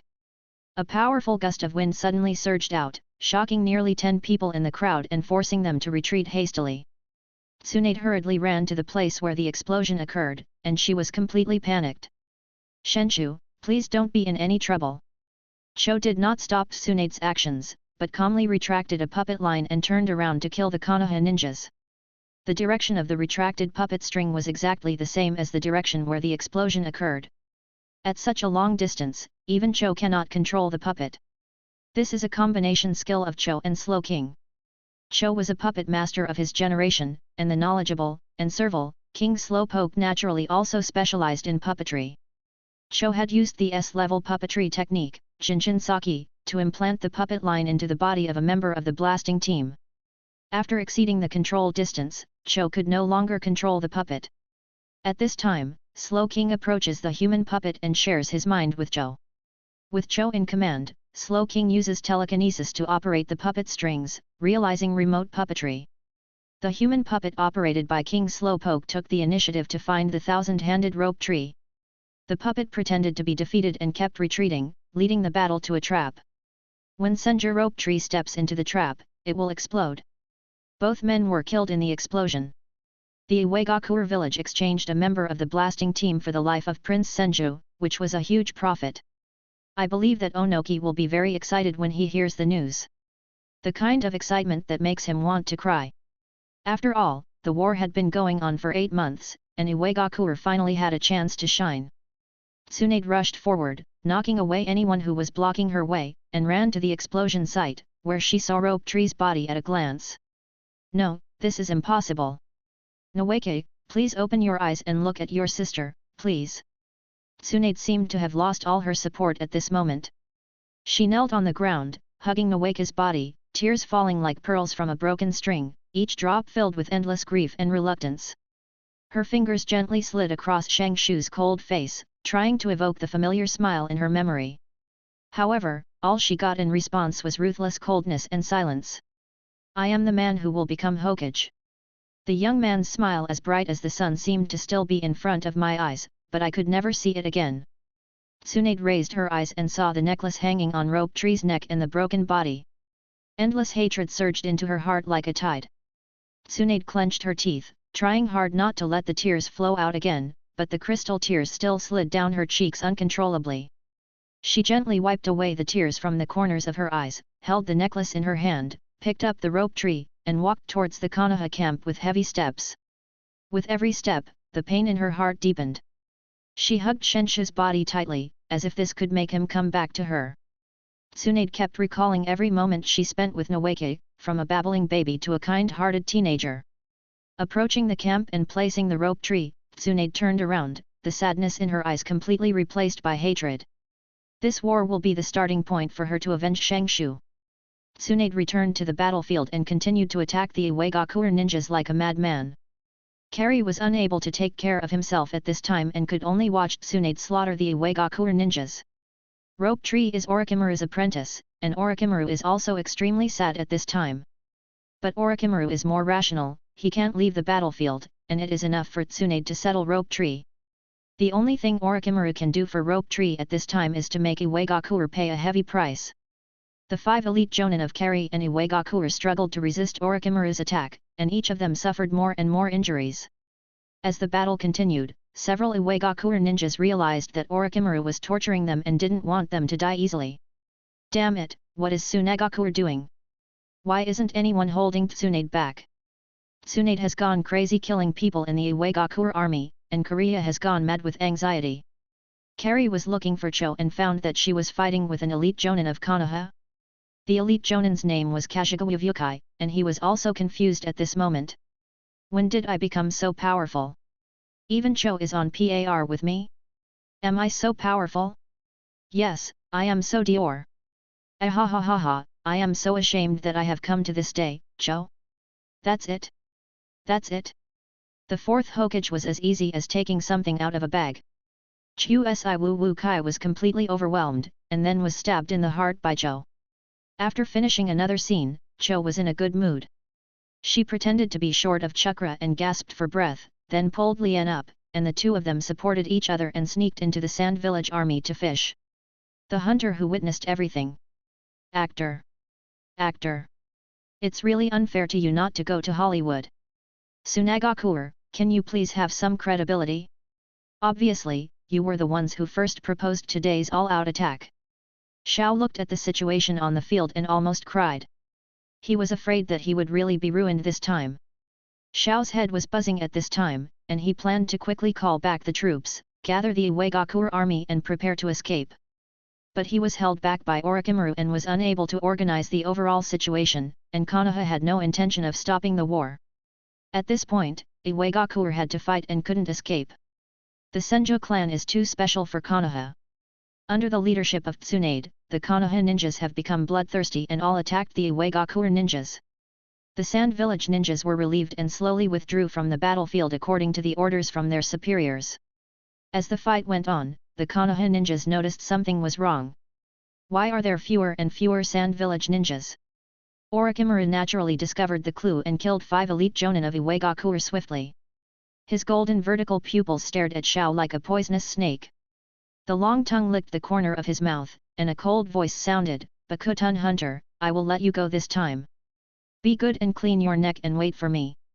Orochimaru turned away expressionlessly, his cold and deep eyes seemed to be able to penetrate everything. Orochimaru came to Tsunade and tightly grasped her arm. Tsunade was slightly stunned, but did not resist. She understood Orochimaru's intention. Then, Orochimaru gave the order in a low and firm voice, "All Konoha ninjas, listen up. Retreat immediately." After receiving the order, the Konoha ninjas acted quickly and moved to the rear at the fastest speed. The whole scene was tense and orderly, without any panic. Tsunade, her body covered in the blood of her enemies, walked silently beside Orochimaru. Her emotions had calmed down, and she was also keenly aware of the abnormality on the battlefield. Just when Konoha and Iwagakure were about to cease fire, the celestial phenomena on the entire battlefield began to change dramatically. Hundreds of giant rock monsters gathered all their energy and released their sand-raising properties in one fell swoop. The heavy rain stopped abruptly and the rain quickly dissipated, but the sky did not return to its clear blue color. Instead, it presented a strange scene. Yellow sand was flying all over the sky. The sand and dust were like surging waves, gathering from all directions and forming a huge and terrifying sandstorm. It swept towards the battlefield at an astonishing speed. Chapter 45. The protagonist makes his debut. In the huge sandstorm, the figures of Luasha and the Pokémons were looming. The 3 ninjas of Konoha summoned their respective summoning beasts and took the lead in resisting the sandstorm. "Jiraiya, you called me out, what?" As soon as Gamabunta appeared, he felt the terrifying atmosphere of the sandstorm. Damn Orochimaru, you actually summoned me to fight the sandstorm? Are you okay? Are you okay? Are you okay? Believe it or not, I will eat you alive. Quan Shi stared with his vertical pupils, looking at the oncoming sandstorm in shock, and even forgot to ask for sacrifices. Ah, Tsunade-chan, I can't do it. The slug wanted to give up, but for the sake of the reputation of the wet bone forest, he had to grit his teeth and go on. Cho, we are allies, stop now. Xiao's face was full of fear, and his pupils reflected the approaching huge sandstorm, which was getting bigger and bigger, getting closer and closer, and blowing towards him. Xiao was confident that he could run away, but what about his subordinates? Xiao's shouts were destined to go unanswered, so Xiao gritted his teeth and stood in the front, releasing the largest-scale explosive attack on the sandstorm.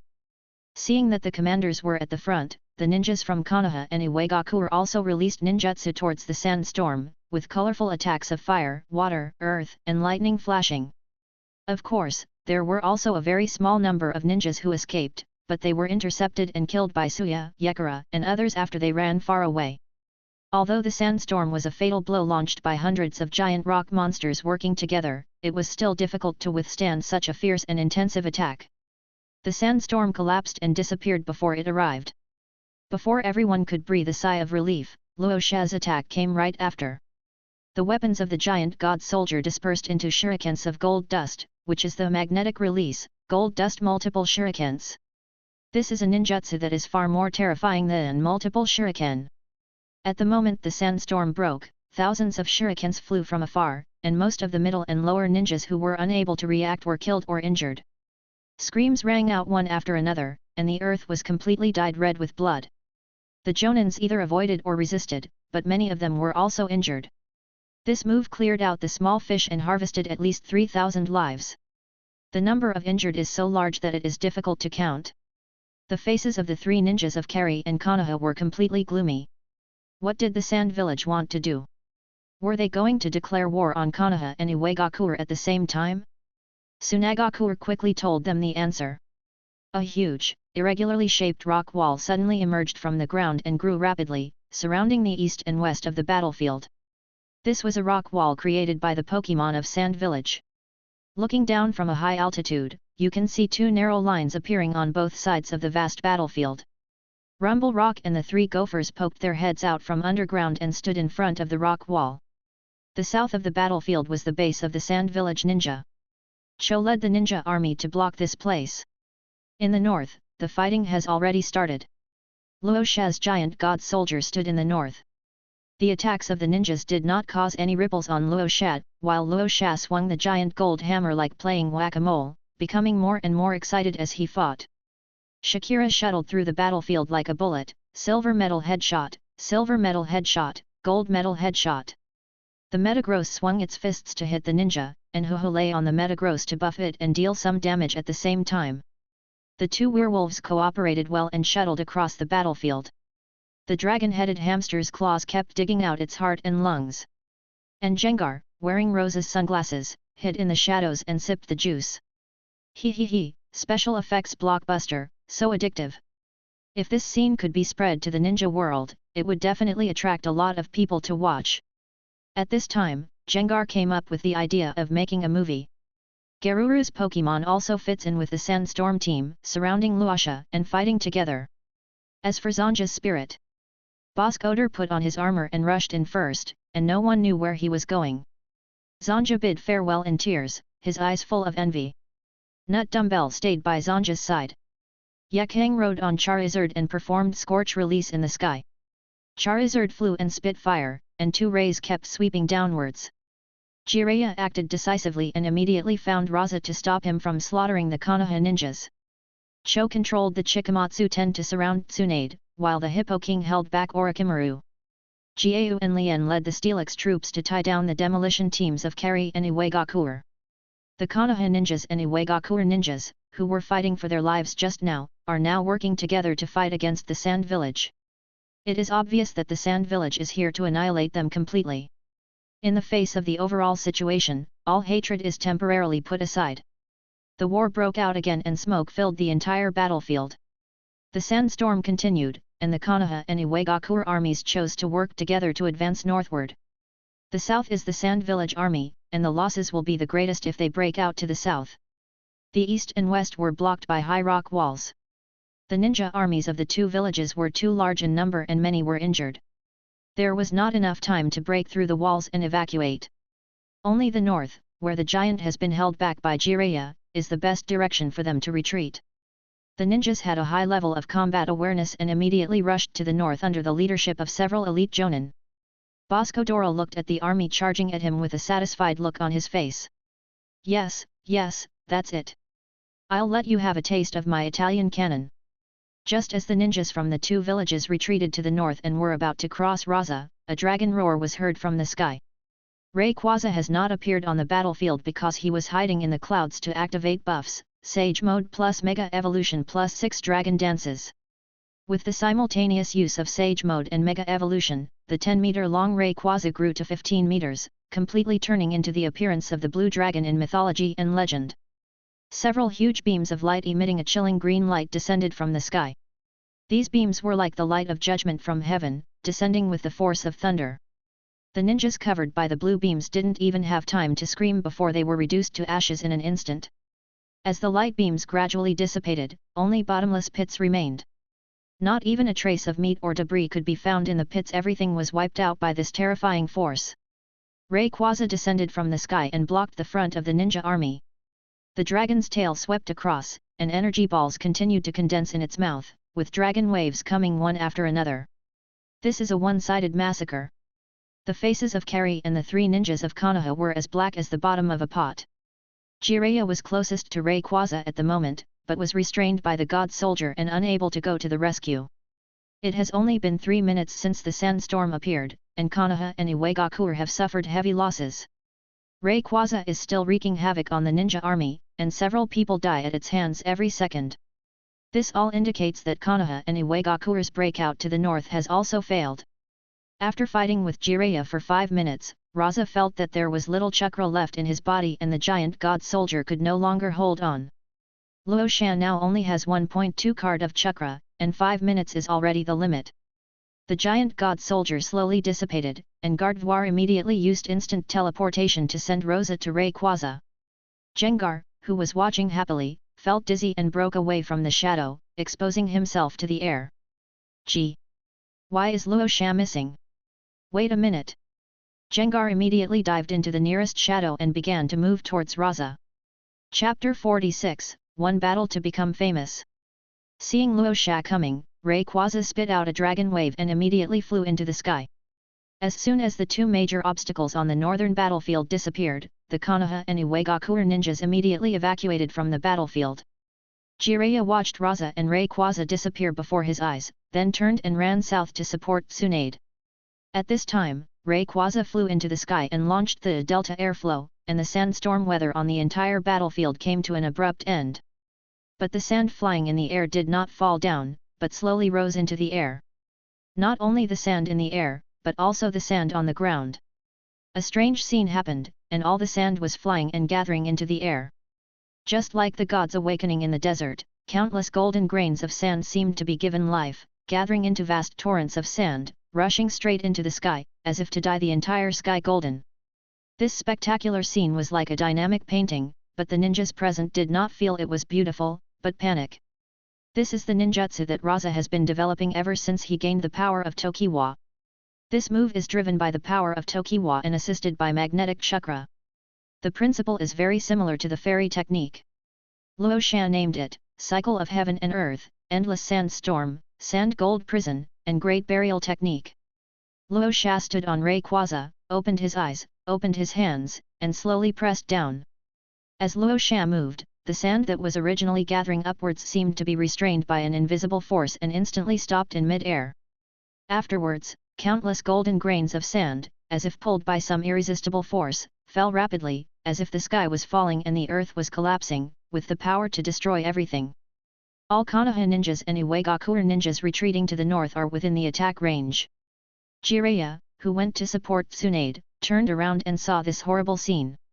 He couldn't help but break out in a cold sweat and felt a sense of powerlessness in his heart. All the ninjas within the torrent's attack range fell into despair. In their vision, the entire sky turned dark, and all they could see was that crazy sand. Some ninjas formed seals with trembling hands, trying to use ninjutsu to attack the torrent of water falling from the sky. Some ninjas had trembling legs and dull eyes. They didn't even have the courage to fight back and could only watch the terrible sandstorm swallow them up. Boom! With a loud roar, the torrent landed. The entire northern battlefield was buried in sand, and the ground shook violently, as if a major earthquake had occurred. The entire battlefield fell into dead silence, with only the whistling wind and the sound of flowing sand still echoing. All the Konoha and Iwagakure ninjas were killed in the northern battlefield. In this war, Iwagakure and Konoha each dispatched 10,000 ninjas, for a total of 20,000 ninjas. After the Great War between Iwagakure and Konoha, there were still more than 13,000 ninjas alive from both sides. Luo Xia had previously killed 3,000 people with one move of the gold sand multiple shuriken. And this technique of reincarnation of heaven and earth, endless sandstorm, sand, and gold prison, and great burial technique achieved a record of 7,000.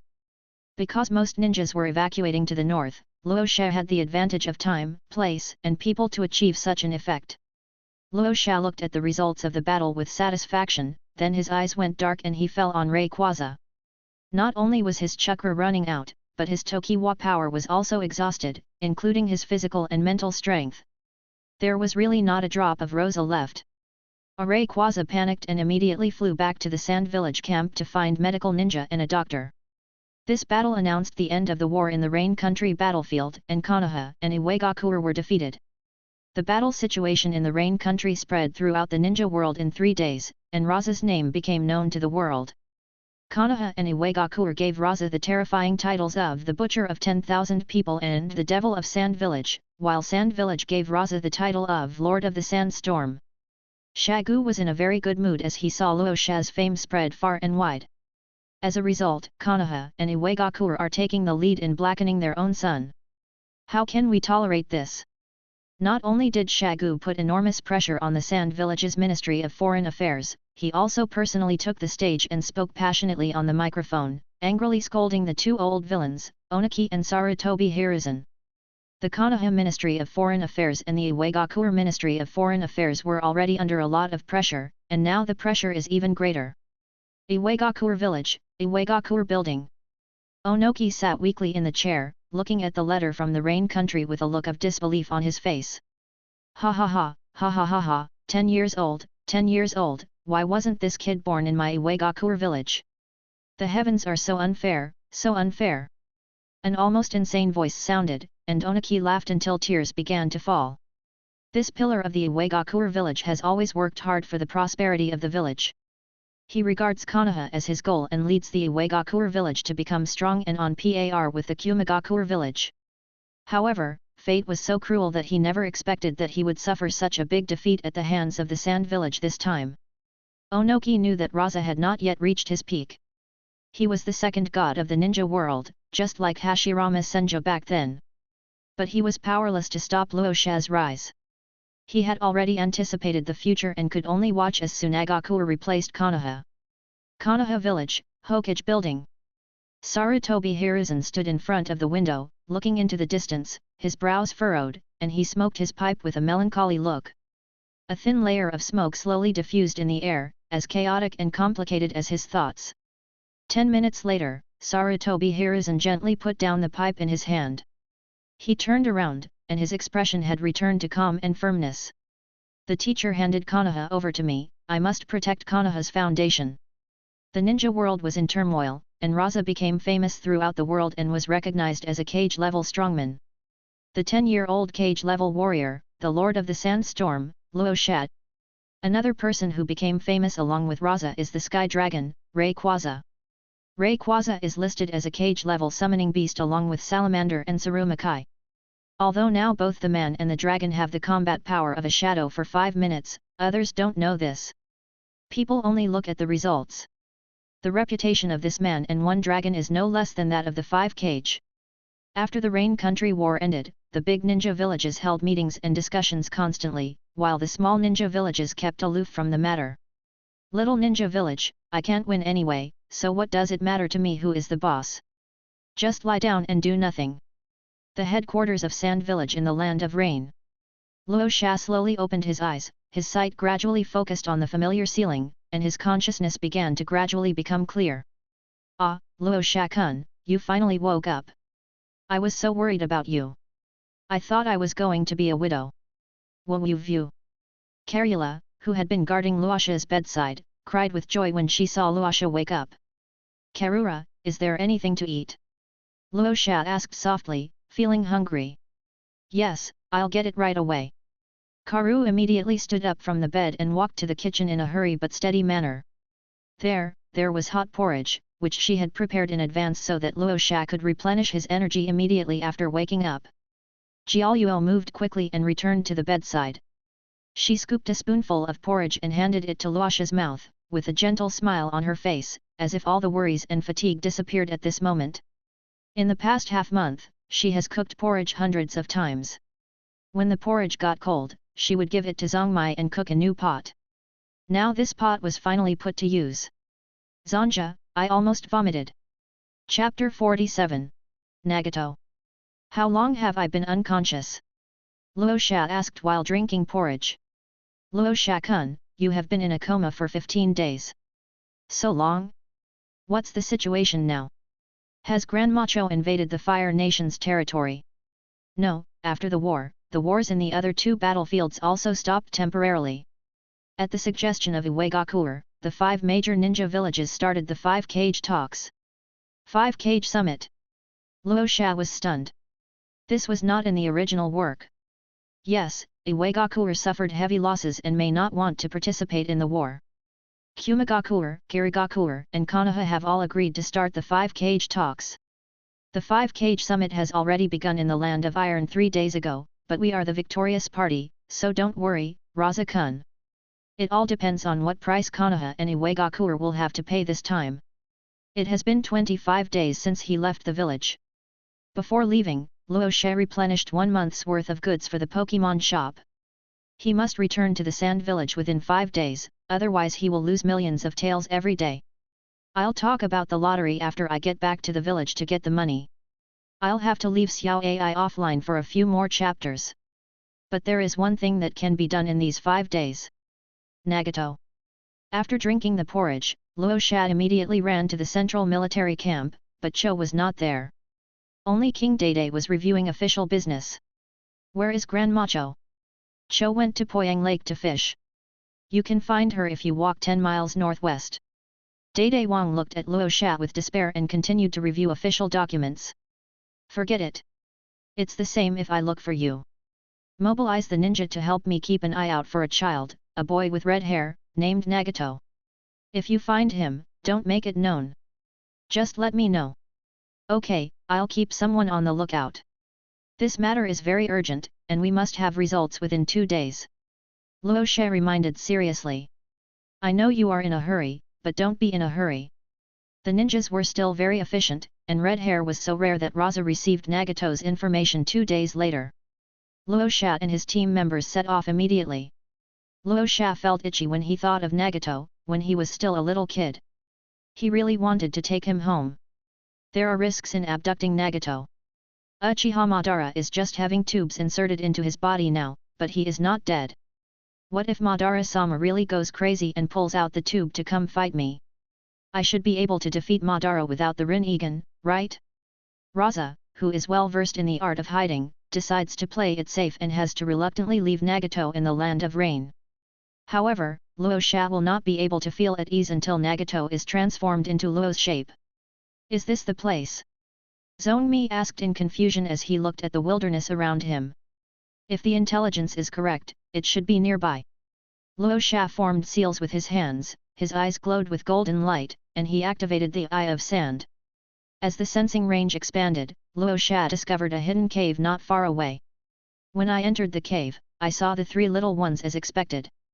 In the corner of the cave, there were 3 children sitting. They were Nagato, Yahiko, and Konan. Their clothes were so tattered that their original colors could no longer be seen. Their faces were filled with hunger and fatigue, their complexions were pale, and their eyes revealed helplessness and confusion. Due to long-term malnutrition, their bodies were very thin, their hair was messy and had no luster. War only brings suffering and trauma to civilians. Sensing someone approaching, the three little ones immediately stood up, picked up the kunao they had obtained from a corpse before, took a defensive posture, and looked towards the cave entrance vigilantly. Luo Sha looked at their nervous expressions and said softly, "Don't be afraid, I won't hurt you." Luo Sha slowly walked over, took out the food from the space scroll and handed it to the three people. Nagato and the other two looked at each other, put down their kunao, took the food nervously, and began to eat it voraciously. Looking at the looks of the three people, Luo Sha felt soft-hearted. After all, the three people were already Luo Sha's reserved younger brothers. Children of 4 or 5 years old, do we really want to leave them in the rain country to suffer? Without the Rinnegan, Madara, who was at the peak of the celestial shadow level, could he still threaten the sand village? He was just an old widower. As for Black Zetsu, Luo Sha didn't even consider it. With a god's perspective, Rosa has already made future plans for Black Zetsu. Black Zetsu's future home, Rasa, has been arranged, which is the tea kettle that sealed Shikaku and Shijiki. After sealing it, bury the tea kettle 10,000 meters underground in the Kazekage building to ensure that Black Zetsu will never be able to get out. I believe Black Zetsu will like it very much. By the way, did you forget something? Shikaku? The corners of Luo Sha's mouth twitched, as if he had locked Shikaku in the small dark room for more than half a year. Shikaku has no sense of existence, so it's normal to forget about it, right? Shikaku, woohoo, you finally remembered me. When will you let me out? I will be obedient. Thank you, big brother. I haven't had a full meal in a while. My name is Yahiko, they are Nagato and Konan. Big brother, what's your name? I will definitely repay you when I grow up. Yahiko finished his meal, then looked up and thanked Rasa sincerely. Luo Sha muttered to himself, your repayment is not important, the key is Nagato. In the original work, he repaid Jiraiya very much, even costing Jiraiya his life. Luo Sha began to chat with the three people in a random manner. Luo Sha has made up his mind to include these three people in my bowl. Now that it's here, let the storm get even stronger. Luo Sha showed what he thought was the sunniest smile and asked softly, are you willing to go back to the sand village with me? There is no war there, and you can have a stable life. Yahiko, Konan, and Nagato looked at each other, their hearts filled with hesitation. Don't worry, your life is guaranteed. If you are willing, you will be my brothers and sisters in the future, and I will definitely protect you. If anyone wants to hurt you, let him step over my dead body first. Luo Sha looked sincere and shamelessly quoted some sans words to flirt with girls. Sure enough, this sentence was too lethal to a child. The three were successfully moved by Luo Sha and nodded after a moment of silence.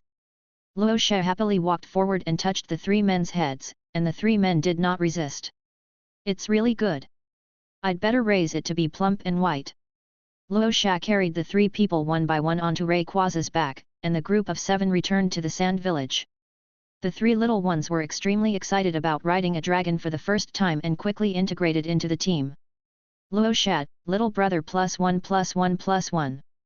// In an unknown underground cave. On the dark blue stone walls, there are stone and wood carvings of various struggling human figures, the material of which is difficult to describe. Sitting on the stone throne was an old man, with long pale hair that reached his waist and covered his right eye like a shamat bang. Behind the old man, behind the throne, there were 2 weapons stacked crosswise, one was a sharp sickle, and the other was a mysterious round fire fan with 3 megatama patterns. Further back, there is a strange humanoid golem of gigantic size and unknown material. A voice broke the silence of the cave.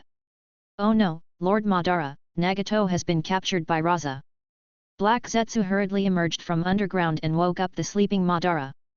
Chapter 48. The filial son returns to the village. What happened? Uchiha Madara slowly opened his eyes and looked at Black Zetsu calmly. Blah blah, blah blah. Black Zetsu finished explaining the whole story and asked hurriedly, Nagato has been taken to the sand village, Madara-sama, what should we do now? The sand village? Ha, do they want to dance too? Madara was silent for a moment and decided to take action himself. Tell me about the situation in the sand village. Madara raised his eyes and looked at Black Zetsu with sharp eyes. There are currently 3 cage-level warriors in the Sand Village, the current Kazekage Seiku, the cage-level puppeteer Cho, and the recently famous Rasa. I have asked White Zetsu to investigate for more details. Black Zetsu's attention has always been on Konoha. After all, he has not found Madara's successor yet, and this is related to his 1,000-year plan to save his mother. Black Zetsu had never taken the Sand Village seriously before. After all, it was a poor, weak ninja village. Now he could only send White Zetsu to gather intelligence. At this moment, Fei emerged from the ground. Black Zetsu, it's bad. I don't know what happened in the Land of Wind. There are tunnels everywhere underground, and there are many unknown creatures. I think they are called Pokémons. The closer we get to the Sand Village, the more Pokémons there are. We can't dig through at all. That place is already hot, even White Zetsu doesn't want to go there, and now they keep running into Pokémons. Many White Zetsu died, and one White Zetsu disturbed the mating of 2 stones and was beaten into a pulp. Elves can even mate. Do you think they know what poop is? I asked them, but unfortunately they can't speak. Speaking of Black Zetsu, what does it feel like to have a bowel movement? Fei finished his words and started asking the daily question. Black Zetsu's face turned even darker and he looked at Uchiha Madara for help. Master Madara, spirits are creatures that have appeared in the ninja world in the past 2 years. They seem to be summoned beasts, and they are almost all concentrated in the Sand Village. In this ninja war, the spirits of Cho and Rasa also showed cage-level combat power. Black Zetsu spoke softer and softer. It seemed that the Sand Village was a bit difficult to deal with. Nagato going to the Sand Village may not be a bad thing. Once the bond between Nagato and the Sand Village is formed, and then destroying the Sand Village, Nagato will definitely be able to do it himself, hehe. As long as there is no super shadow level combat power, Madara will not take it seriously no matter how many shadows there are. Madara is arrogant, and even though he is in such a situation now, he still looks down on the Sand Village. Of course, it is also possible that the elderly have difficulty walking and are too lazy to move. Madara-sama is wise. Black Zetsu always has a bad feeling, but as the product of Uchiha Madara's will, it apparently cannot go against Madara's orders. We must investigate the Sand Village thoroughly. Although Black Zetsu is not very powerful, his ability to escape is the best in the ninja world. He decides to go to the Sand Village in person without telling Madara. Wow, is this the Sand Village? Walking on the streets of Sand Village, Yahiko exclaimed that the Sand Village was covered with green grass, with many planted fields, and Pokémons walking by from time to time. It was completely different from the desert scenery he had imagined. At this moment, a big fat yellow duck came running over, its round belly trembling, immediately attracting everyone's attention. There's no way around it, Seduck is too eye-catching no matter its appearance or the way it walks. Quack, quack, quack. Panda Duck's face was filled with excitement. He ran closer and jumped directly towards Luasha. Luasha habitually caught the target with both hands, and fell backwards. Ah, Seduck, you're heavier again. Quack. Panda Duck tilted its head, as if it understood what Luasha said. It blinked its big eyes, tilted its head, and stretched out its 2 short and fat wings, trying to show that it was not that fat, but its bulging belly could not be hidden. So cute. Zionan's eyes are starry, she has fallen for the appearance of Seduck. Although Yahiko and Nagato did not express anything, their eyes were also fixed on Seduck, with a fan-shaped pattern in their eyes that showed 70% fondness, 20% curiosity, and 10% desire. There's really nothing I can do about you. Luosha stood up holding Seduck, and the group went to Luosha's mansion. The mansion was big enough to accommodate 3 more people. Luosha directly arranged for Nagato and the other 2 to stay in his house. Nagato and the other 2 were too important, so Rasa made a decision that went against Seiko's will. Luosha decided to adopt a child on behalf of his father.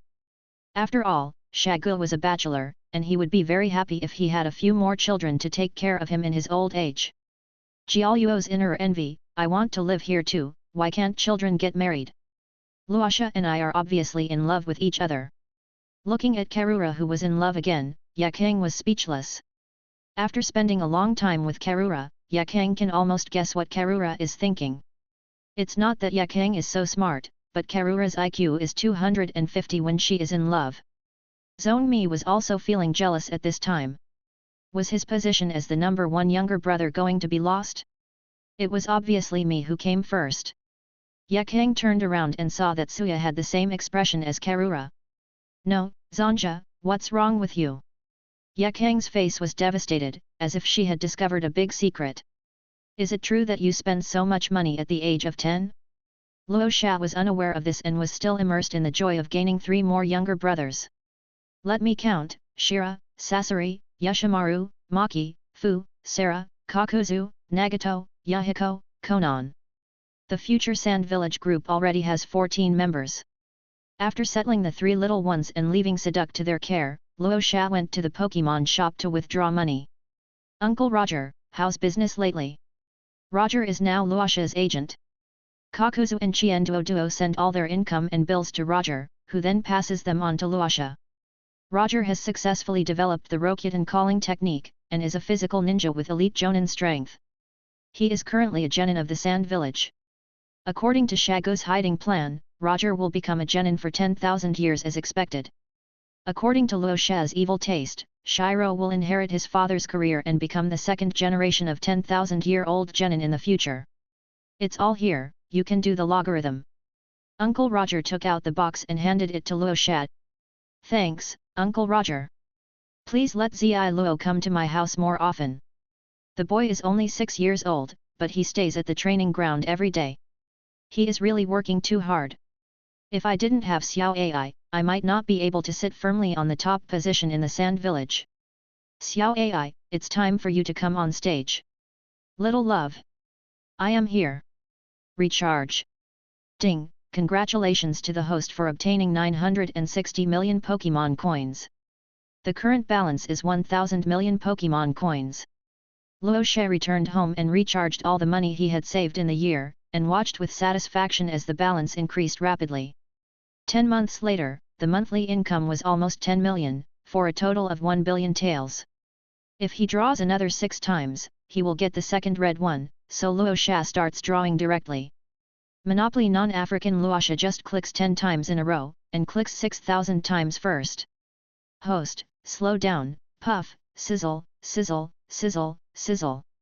A strange sound was heard, and Luo Xia was full of question marks. Chapter 49. Am I lucky?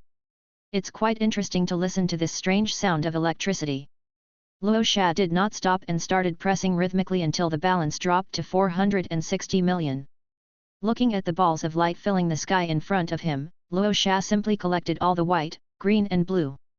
6,000 green light balls formed 30 green habitats, and 600 blue light balls formed 3 blue habitats. Finally, there are only 60 purple light balls, 6 orange light balls and 1 red light ball left. Why are there 10 light balls flashing orange? Oh, I am wrong. I am okay? The new European, Rosa, checked it out immediately. Please skip the French black chicken, it is an African country. Purple habitat 3. Orange habitat 1. Eevee egg, purple, 7. Vulcan moth Pokemon egg, purple, 2. Zoroark Pokemon egg, purple, 1. Lucario egg, purple, 1. Greninja egg, purple, 1. Flame bird egg, orange, 1. Mega Evolution Stone 3, Keystone 3, Magic Candy 2, Master Ball 1. Xiao Ai, is this really the level I can achieve? Luo Xia was shocked. Little love. After gathering the things that were needed, Luo Xia had already decided where they belonged. Eevee was given to Scorpion, Maki, Yoshimaru, Fu, and Nagato. Give Vulcan Moth to Yoshimaru and Fu, give Zoroark to Scorpion, give Lucario to Shiro as the main Pokémon, and give Moltres to Yakang. Of course, Luo kept Greninja for himself and assigned it to the second team for training first. Ninjas with ninjas, so cool. Luo Xia really likes Greninja. Finally, there is the red item, the Feather of Life. Feather of Life, the tail feather that the Phoenix King loves the most, condensing the power of the Phoenix King. According to legend, the wearer will be noticed by the Phoenix King and receive his blessing. Effect 1, if worn for a long time, the Pokémon's level and potential can be slowly improved. Effect 2, fire and flying skills are increased by 50%.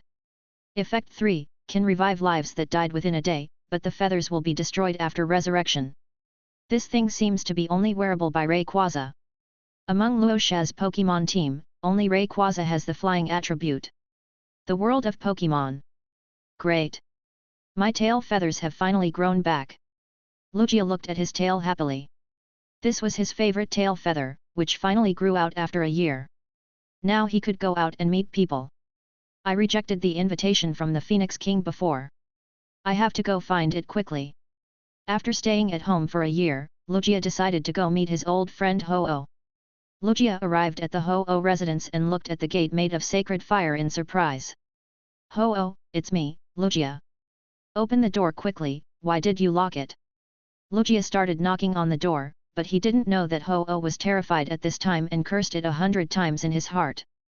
If you don't come early, you won't come late, but you come now. The Phoenix King was enjoying a nice sunbath, but suddenly his tail felt painful, and his most beautiful and largest tail feathers were gone. I don't know which damn thief stole things from it. The Phoenix King looked in the mirror and saw his bald tail, it was so ugly that it made him cry. As a bird that loves beauty, Ho-Oh's mentality collapsed. The Phoenix King acted decisively and sealed the palace with sacred fire, refusing to go out until his tail grew back. It must not become the second laughingstock in the mythical beast circle. As soon as the door was closed, Lugia came looking for it. The Phoenix King patted his chest with his wings thankfully, fortunately he closed it in time. Lugia, I've been feeling something recently, and I'm going to retreat to break through. I'll come find you when I come out. Ho-Oh sent Lugia away and started staying at home. Okay, then I'll wait for you at home. Lugia was quite disappointed, and he also wanted to let Ho-Oh see my newly grown tail feathers, which were more beautiful than before. Rayquaza, come and wear this. Luoxia put the feather of life on Rayquaza's forehead, and the feather slowly turned into red light and merged into Rayquaza's body. After touching Rayquaza with satisfaction, Luoxia rode the dragon to carry Shira, Sasori, Maki, Yoshimaru, and Fu back home. Including Nagato and the other two, the 8 little kids sat in a row and shared the fruit. Psyduck mixed in there, sitting obediently on the far left. Luoxia distributed the Pokémon eggs one by one with a smile on his face. Yoshimaru and Fu received 2 Pokémon eggs, and their cheeks turned red with excitement. In comparison, Scorpion, who also received 2 Pokémon eggs, seemed relatively calm, but his eyes were flashing with excitement that he could not conceal. Quack! What about mine? Luoxia took out the moo moo milk, inserted a straw, and put it on the duck's paw. When Psyduck saw the moo moo milk, his eyes lit up instantly, he smiled with crescent eyes, the 3 silly hairs on his head stood up, and he drank the milk contentedly. 5 minutes later, 11 white lights flashed in the room, and 11 Pokémon babies were born one after another. After everyone put their Pokémon into the Poke Ball, Luoxia began to give his younger brothers an introductory lesson. Luoxia's class has started. Teacher Luoxia began to talk about the will of the wind, and he is determined to train his younger brothers to become 5 good young people. Zi Luo seemed to be listening to a mysterious book, her eyelids drooped and she might fall asleep in the next second. This shows a lack of loyalty to the village. Luoxia decides to add more burden to Zi Luo and let Zi Luo recite the entire will of wind. Yahiko performed the best. He looked excited as he listened and kept nodding his head in agreement with Rasa. Rasa decided that he must cultivate Yahiko in the future. Yahiko is a copy of Uzumaki Naruto and is a master of mouth-to-mouth. It would be absolutely appropriate to let Yahiko go on a mission. Oh, no, it's the great disseminator of the will of the wind. Scorpion is already a senior believer of the will of wind. He listens to Luoxia's lectures with a pious look on his face and assists Luoxia as the class monitor. The other younger brothers behaved well, and Luoxia firmly believed that long-term teaching would always be effective. There is another student who loves to skip classes, Psyduck. However, Psyduck is the silly boy of teacher Luoxia, and Luoxia has an absolute preference for Psyduck and lets it go its own way. The days passed one by one, and a week later, after the 5-cage meeting, Shagu returned to the Sand Village. Zi Luo, who finally didn't have to be forced to recite lessons, was so excited that she burst into tears and began to spend the whole day in the training ground practicing. Master, do you want a child? Rasa brought Nagato, Yahiko, and Konan and pushed open the door of the Kazekage's office. The 3 little ones stood behind Luoxia stiffly, poked their heads to look towards Feng Ying's office, and saw Shagu sitting upright in a chair. Is this the father that Luo Sha brother found for them? Looking at the handsome middle-aged uncle in front of them, the three kids felt more sensitive. However, Shagu's reaction was a little strange, and he looked at Luo Sha with panic. Master, what's with that expression on your face? What happened? Luo Sha looked at Shagu strangely, feeling that something was wrong. Ah! Luo Sha, Master is busy right now, you should go back first, we can talk about anything in the evening. Luo Detective Conan Sherlock Holmes San stared at Shagu suspiciously, trying to see something from Shagu's expression. Chapter 50, Shaguan Zhang is not safe? There's something wrong with 1,000 of them. Are you hiding something from me? Luo Sha approached Shagu, and Shagu's face could no longer hold back. He showed a panic expression, and there was a big danger on his head. Luo Sha, don't come over. Shagu's eyes were rolling around, and he looked very guilty and nervous. Luo Sha finally realized what was wrong. When he came to Feng Ying's office today, Shagu did not bury his head in processing documents as usual. The sitting posture is wrong, like. At this moment, seeing Shagu's embarrassed expression, Nami poked her head out from under the table with a blushing face, pulled the corners of her mouth towards Luo Sha, revealing a smile that was uglier than crying. Luo Sha looked at Shagu in shock. He didn't expect that, Master, you are such a person. The three little ones, wow, what a big melon. The three little ones were all shocked as well. Could it be that they would have a new mother just after finding their new father? Nami was so ashamed to be exposed in front of her 4 children that she wanted to find a hole to hide in. Luo Sha was her future stepson, and the other 3 were also her future children. Nami was caught by the child before she even got married. No matter how thick-skinned she was, she could not stay there any longer. She put on her coat and ran away barefoot. Nami ran away, but Shagu couldn't. Shagu, my life is over. Shagu sat on the chair, looking disheveled, and felt that his reputation was in tatters. Tell the truth, confess and be lenient, resist and be severe. Luo Sha sat directly opposite Shagu with a serious face. The 3 little ones hid outside the door, pricked up their ears with curiosity and eavesdropped. Luo Sha, Master is 42 years old now. He has been single for a long time, so it is inevitable that he has some needs in that aspect. Nami has been pursuing me. I agreed without thinking. How long have you been together? Almost a month. What are you going to do with Aunt Nami? Well, what do you think about this? Shagu looked at Luo Sha cautiously. He naturally planned to marry Nami, and he finally felt moved again. Love is like a tornado, it comes unexpectedly. Of course I have no problem. Aunt Nami is so beautiful and so strong. The Sand Village can't find a female ninja more suitable than her. How long have you been like this? What? Shagu asked confusedly. That's it for today. Luo Sha showed a look of enjoying himself.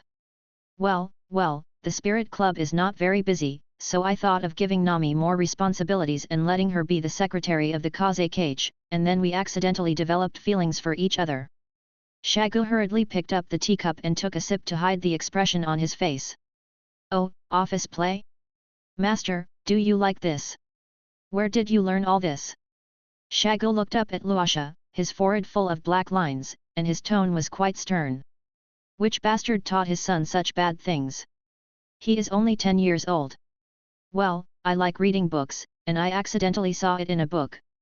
Faced with Shagu's increasingly serious expression, Luo Sha's voice became lower and lower. Ah! Master, what was the result of the 5-cage summit? Luo Sha abruptly changed the subject, fearing that he might lose his life if he continued talking. What else can we do? Konoha still has enough strength to fight again. Kirigakure and Kumigakure don't want to be taken advantage of by us. Iwagakure is determined to withdraw from the war. Our best option is to negotiate with Konoha. We signed a ceasefire agreement with Konoha. Konoha gave us its share of the river country's missions. This was Konoha's disguised admission of defeat. Shagu's face was full of pride, as if he was pointing out ideas for the world and making bold decisions. It is true that the 4 major ninja villages all want to bring down Konoha, but they absolutely do not want to see the birth of a second Konoha.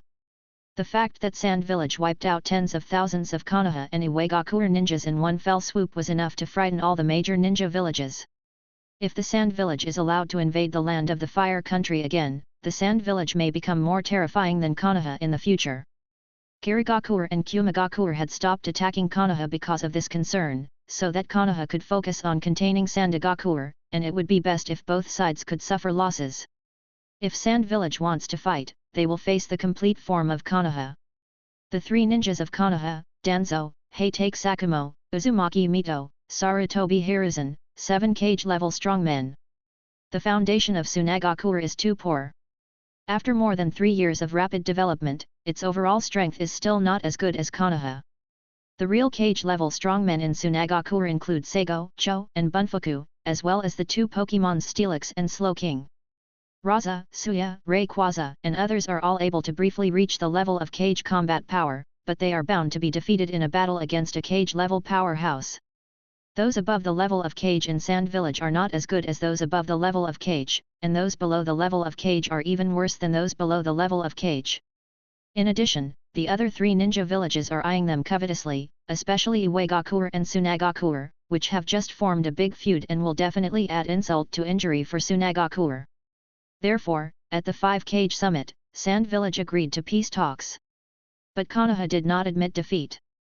Konoha still had more than 30,000 active ninjas, and Sand Village's share of the river country's missions was the result of more than 10 days of negotiations. However, although Sunagakure and Konoha had peace talks, the war was not over. As neighbors, Iwagakure and Kumagakure have long been at loggerheads with each other, vying for the second-in-command position and disliking each other. The second Tsuchikage and the second Mizukage had a deep hatred for each other, and died in battle, one for the other, which led to hatred between Iwagakure and Kirigakure. Now that Iwagakure has reached its weakest moment in history, Kirigakure and Kumagakure are ready to make a move and want to bite off a piece of fat from Iwagakure. How could Oniki not know Iwagakure's current situation? At the 5-Cage Summit, Iwagakure and Konoha promised not to attack each other, and the two sides formed a wartime alliance. The reason why Oniki chose Konoha was because Konoha and Iwagakure had common interests, and both ninja villages were facing pressure from Kirigakure and Kumagakure. Sarutobi Hiruzen agreed to Onoki's short-term alliance, and Konoha gained an ally without paying anything. If Iwagakure joined the war, Konoha's pressure would be greatly reduced. If Iwagakure did not join the war, Konoha would not lose anything. This 5-Cage Summit made the 3rd Raikage and the 3rd Mizukage furious. After fighting for nearly a year, they gained nothing, and now there is no hope of defeating Konoha. They originally wanted Konoha and Sunagakure to both suffer losses, but the result was that Sunagakure and Konoha ceased fighting, and Iwagakure and Konoha formed an alliance. It's not bad to get the river country's share of missions. The Pokémons right now are not suitable to enter a big country, as that would aid the enemy. We have already expanded the Pokémon industry to the bird country and the bear country, so let's choose the river country as the 3rd country. Luo Sha quickly figured out everything. Gaining market share in the river country meant that Sunagakure could openly interfere in the affairs of the river country. Master, the river kingdom is now under our control. Can we dig a canal to guide seawater into the Wind Kingdom and let the gurgling streams moisten the dry land of the Wind Kingdom? Indeed, I will make a plan in a few days to divert the canal directly to Hualan City and call it the Hualan Canal. Shagu agreed to Rose's proposal. In fact, Shagu had considered the canal issue at the 5-Cage Summit, so he strongly demanded that Konoha give up its share of the river country's mission. We didn't have the ability to dig canals in the past, but now with Pokémon like Radon and Steelix, digging canals has become a very simple task.